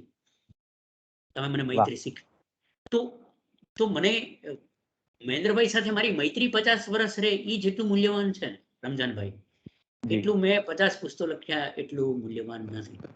અનફોર્ચ્યુનેટલી જ્ઞાન નહીં પ્રેમ મૂલ્યવાન છે. જ્ઞાન નહીં પ્રેમ મૂલ્યવાન છે, મૈત્રી મૂલ્યવાન છે. અને જે લોકોએ મૈત્રી કરી, જીસસે જગત સાથે મૈત્રી કરી, જીસસને કોઈ કે જીસસ અદ્ભુત વાક્ય છે જીસસનું જીસસે એક જગ્યાએ એવું કીધું છે કે જો તમારી પાસે એક જ દીવો હોય, જો તમારી પાસે એક જ દીવો હોય તો એ તમારા અંગત ખંડમાં બાળવાને બદલે ચોકમાં લાવીને મૂકો, એનો લાભ બીજા 10 જણને મળશે. વાહ વાહ વાહ. આ હોય ને તો એ મૈત્રી તો થઈ. જ્યોત એટલે શું? લાઇટ એટલે શું? The love, the friendliness. Friendship નહીં હો, friend comes and goes, friendliness remain. મિત્ર તો આવે ને જાય, મૈત્રી જીવતી રહે છે. વાહ વાહ. તો એ મૈત્રી પ્રેમ એટલે એ તો છે. જ્ઞાન વહેંચતા ફરવું એ તો છે. સોક્રેટિસ ભલે ને સોક્રેટિસે શીખવ્યું કે એથેન્સનો દરેક માણસને હું પ્રેમ કરું છું. જીસસને તો બધાએ ટાંગ્યા, જીસસે ટંગાઈ નહીં, એ તો પુરવાર કરી કે હું આઈ લવ એવરીવન. એટલે એ જો હોય, એ હોય તો પછી અર્થ, પ્રેમ તો અર્થ છે. પ્રેમ જે પામી ગયો, જે તો પછી બીજું થાય એટલું નથી. વાહ. જી જી જી જી જી. બસ હવે એક છેલ્લી અરદાસ એ છે કે ભાઈ જે સામે બેઠા છે મજાના પીળા ટી શર્ટમાં, એ જરા સાથે આવી જાય તો બે ભાઈબંધોને ભેગા જોઈ લઈએ. હા, આવી ગયા ને બંને ભાઈબંધોને ભેગા. યસ. એ મારે એવું કેવું હતું કે મારા મિત્ર છે પણ હું એમનો વિદ્યાર્થી છું, એટલે આજે મને સાચા અર્થમાં ઉપનિષદ નો અનુભવ થયો, કેમ કે હું એમના પગમાં બેઠો હતો નીચે. અહીંયા છે સામે, એમની સામે નીચે બેસીને આજે મેં એમનો વર્ગ ભર્યો. એટલે આ જે પેલો ક્લાસ એમણે આજે જે અભ્યાસક્રમ દેખાડ્યો, એ અભ્યાસક્રમની શરૂઆત મારા માટે આજથી જ થઈ ગઈ. જીવન શાળા. વાહ. મહેન્દ્રભાઈ નું સ્થાન અહીંયા છે. એટલે યસ, ધેટ્સ અ પોઈન્ટ ને. He teaches the same friendship and love to all his students of MA. અને બીજી વસ્તુ શું થઈ કે મારા અભ્યાસ ખંડનું પણ હું અહીંયા દીક્ષિત થયો, હોમ વોર્મિંગ થયું. બિલકુલ બિલકુલ. મારી દીક્ષા અહીંયા થઈ, એમ તમે સમજો. એટલે મને એક સાથે 2-3 લાવા તારે લીધે મળ્યા. આવી ભાઈબંધી અમને જોવા મળી, અને આપણા એ જે વિચારો હોય એ ખરી પડે કે સાધુ કે ઋષિ એટલે દાઢી અને જબ્બો કે પોતડી ને આ ને તે ને. આજે આપણે શર્ટમાં બેઠેલા, ચશ્મા પહેરેલા એક સાધુને જોયા છે, અને જોયા છે એમ નહીં પણ અનુભવ્યા છે શબ્દે શબ્દે. એટલે એનો એનો અનહદ બાનીમાં જ વ્યક્ત થઈ શકે એવો અનુભવ છે. એટલે એ અનહદ બાની મૌન છે, એ સુભાષભાઈ કહે છે. એટલે મૌનમાં જ આપણી વાતને અહીંયા સરકવા દઈએ અને બસ કૃતજ્ઞતા ભાવે વંદન જ કરીએ. તો સુભાષભાઈ અને મહેન્દ્રસિંહભાઈ ને વંદન કરીને વાતને આપણે અહીંયા અધૂરી છોડીએ. રૂમીની વાતથી આગળ વાત ચાલશે, પૂરી તો ત્યાંય નહીં થાય. Yes, thank you so much. Thank you so much.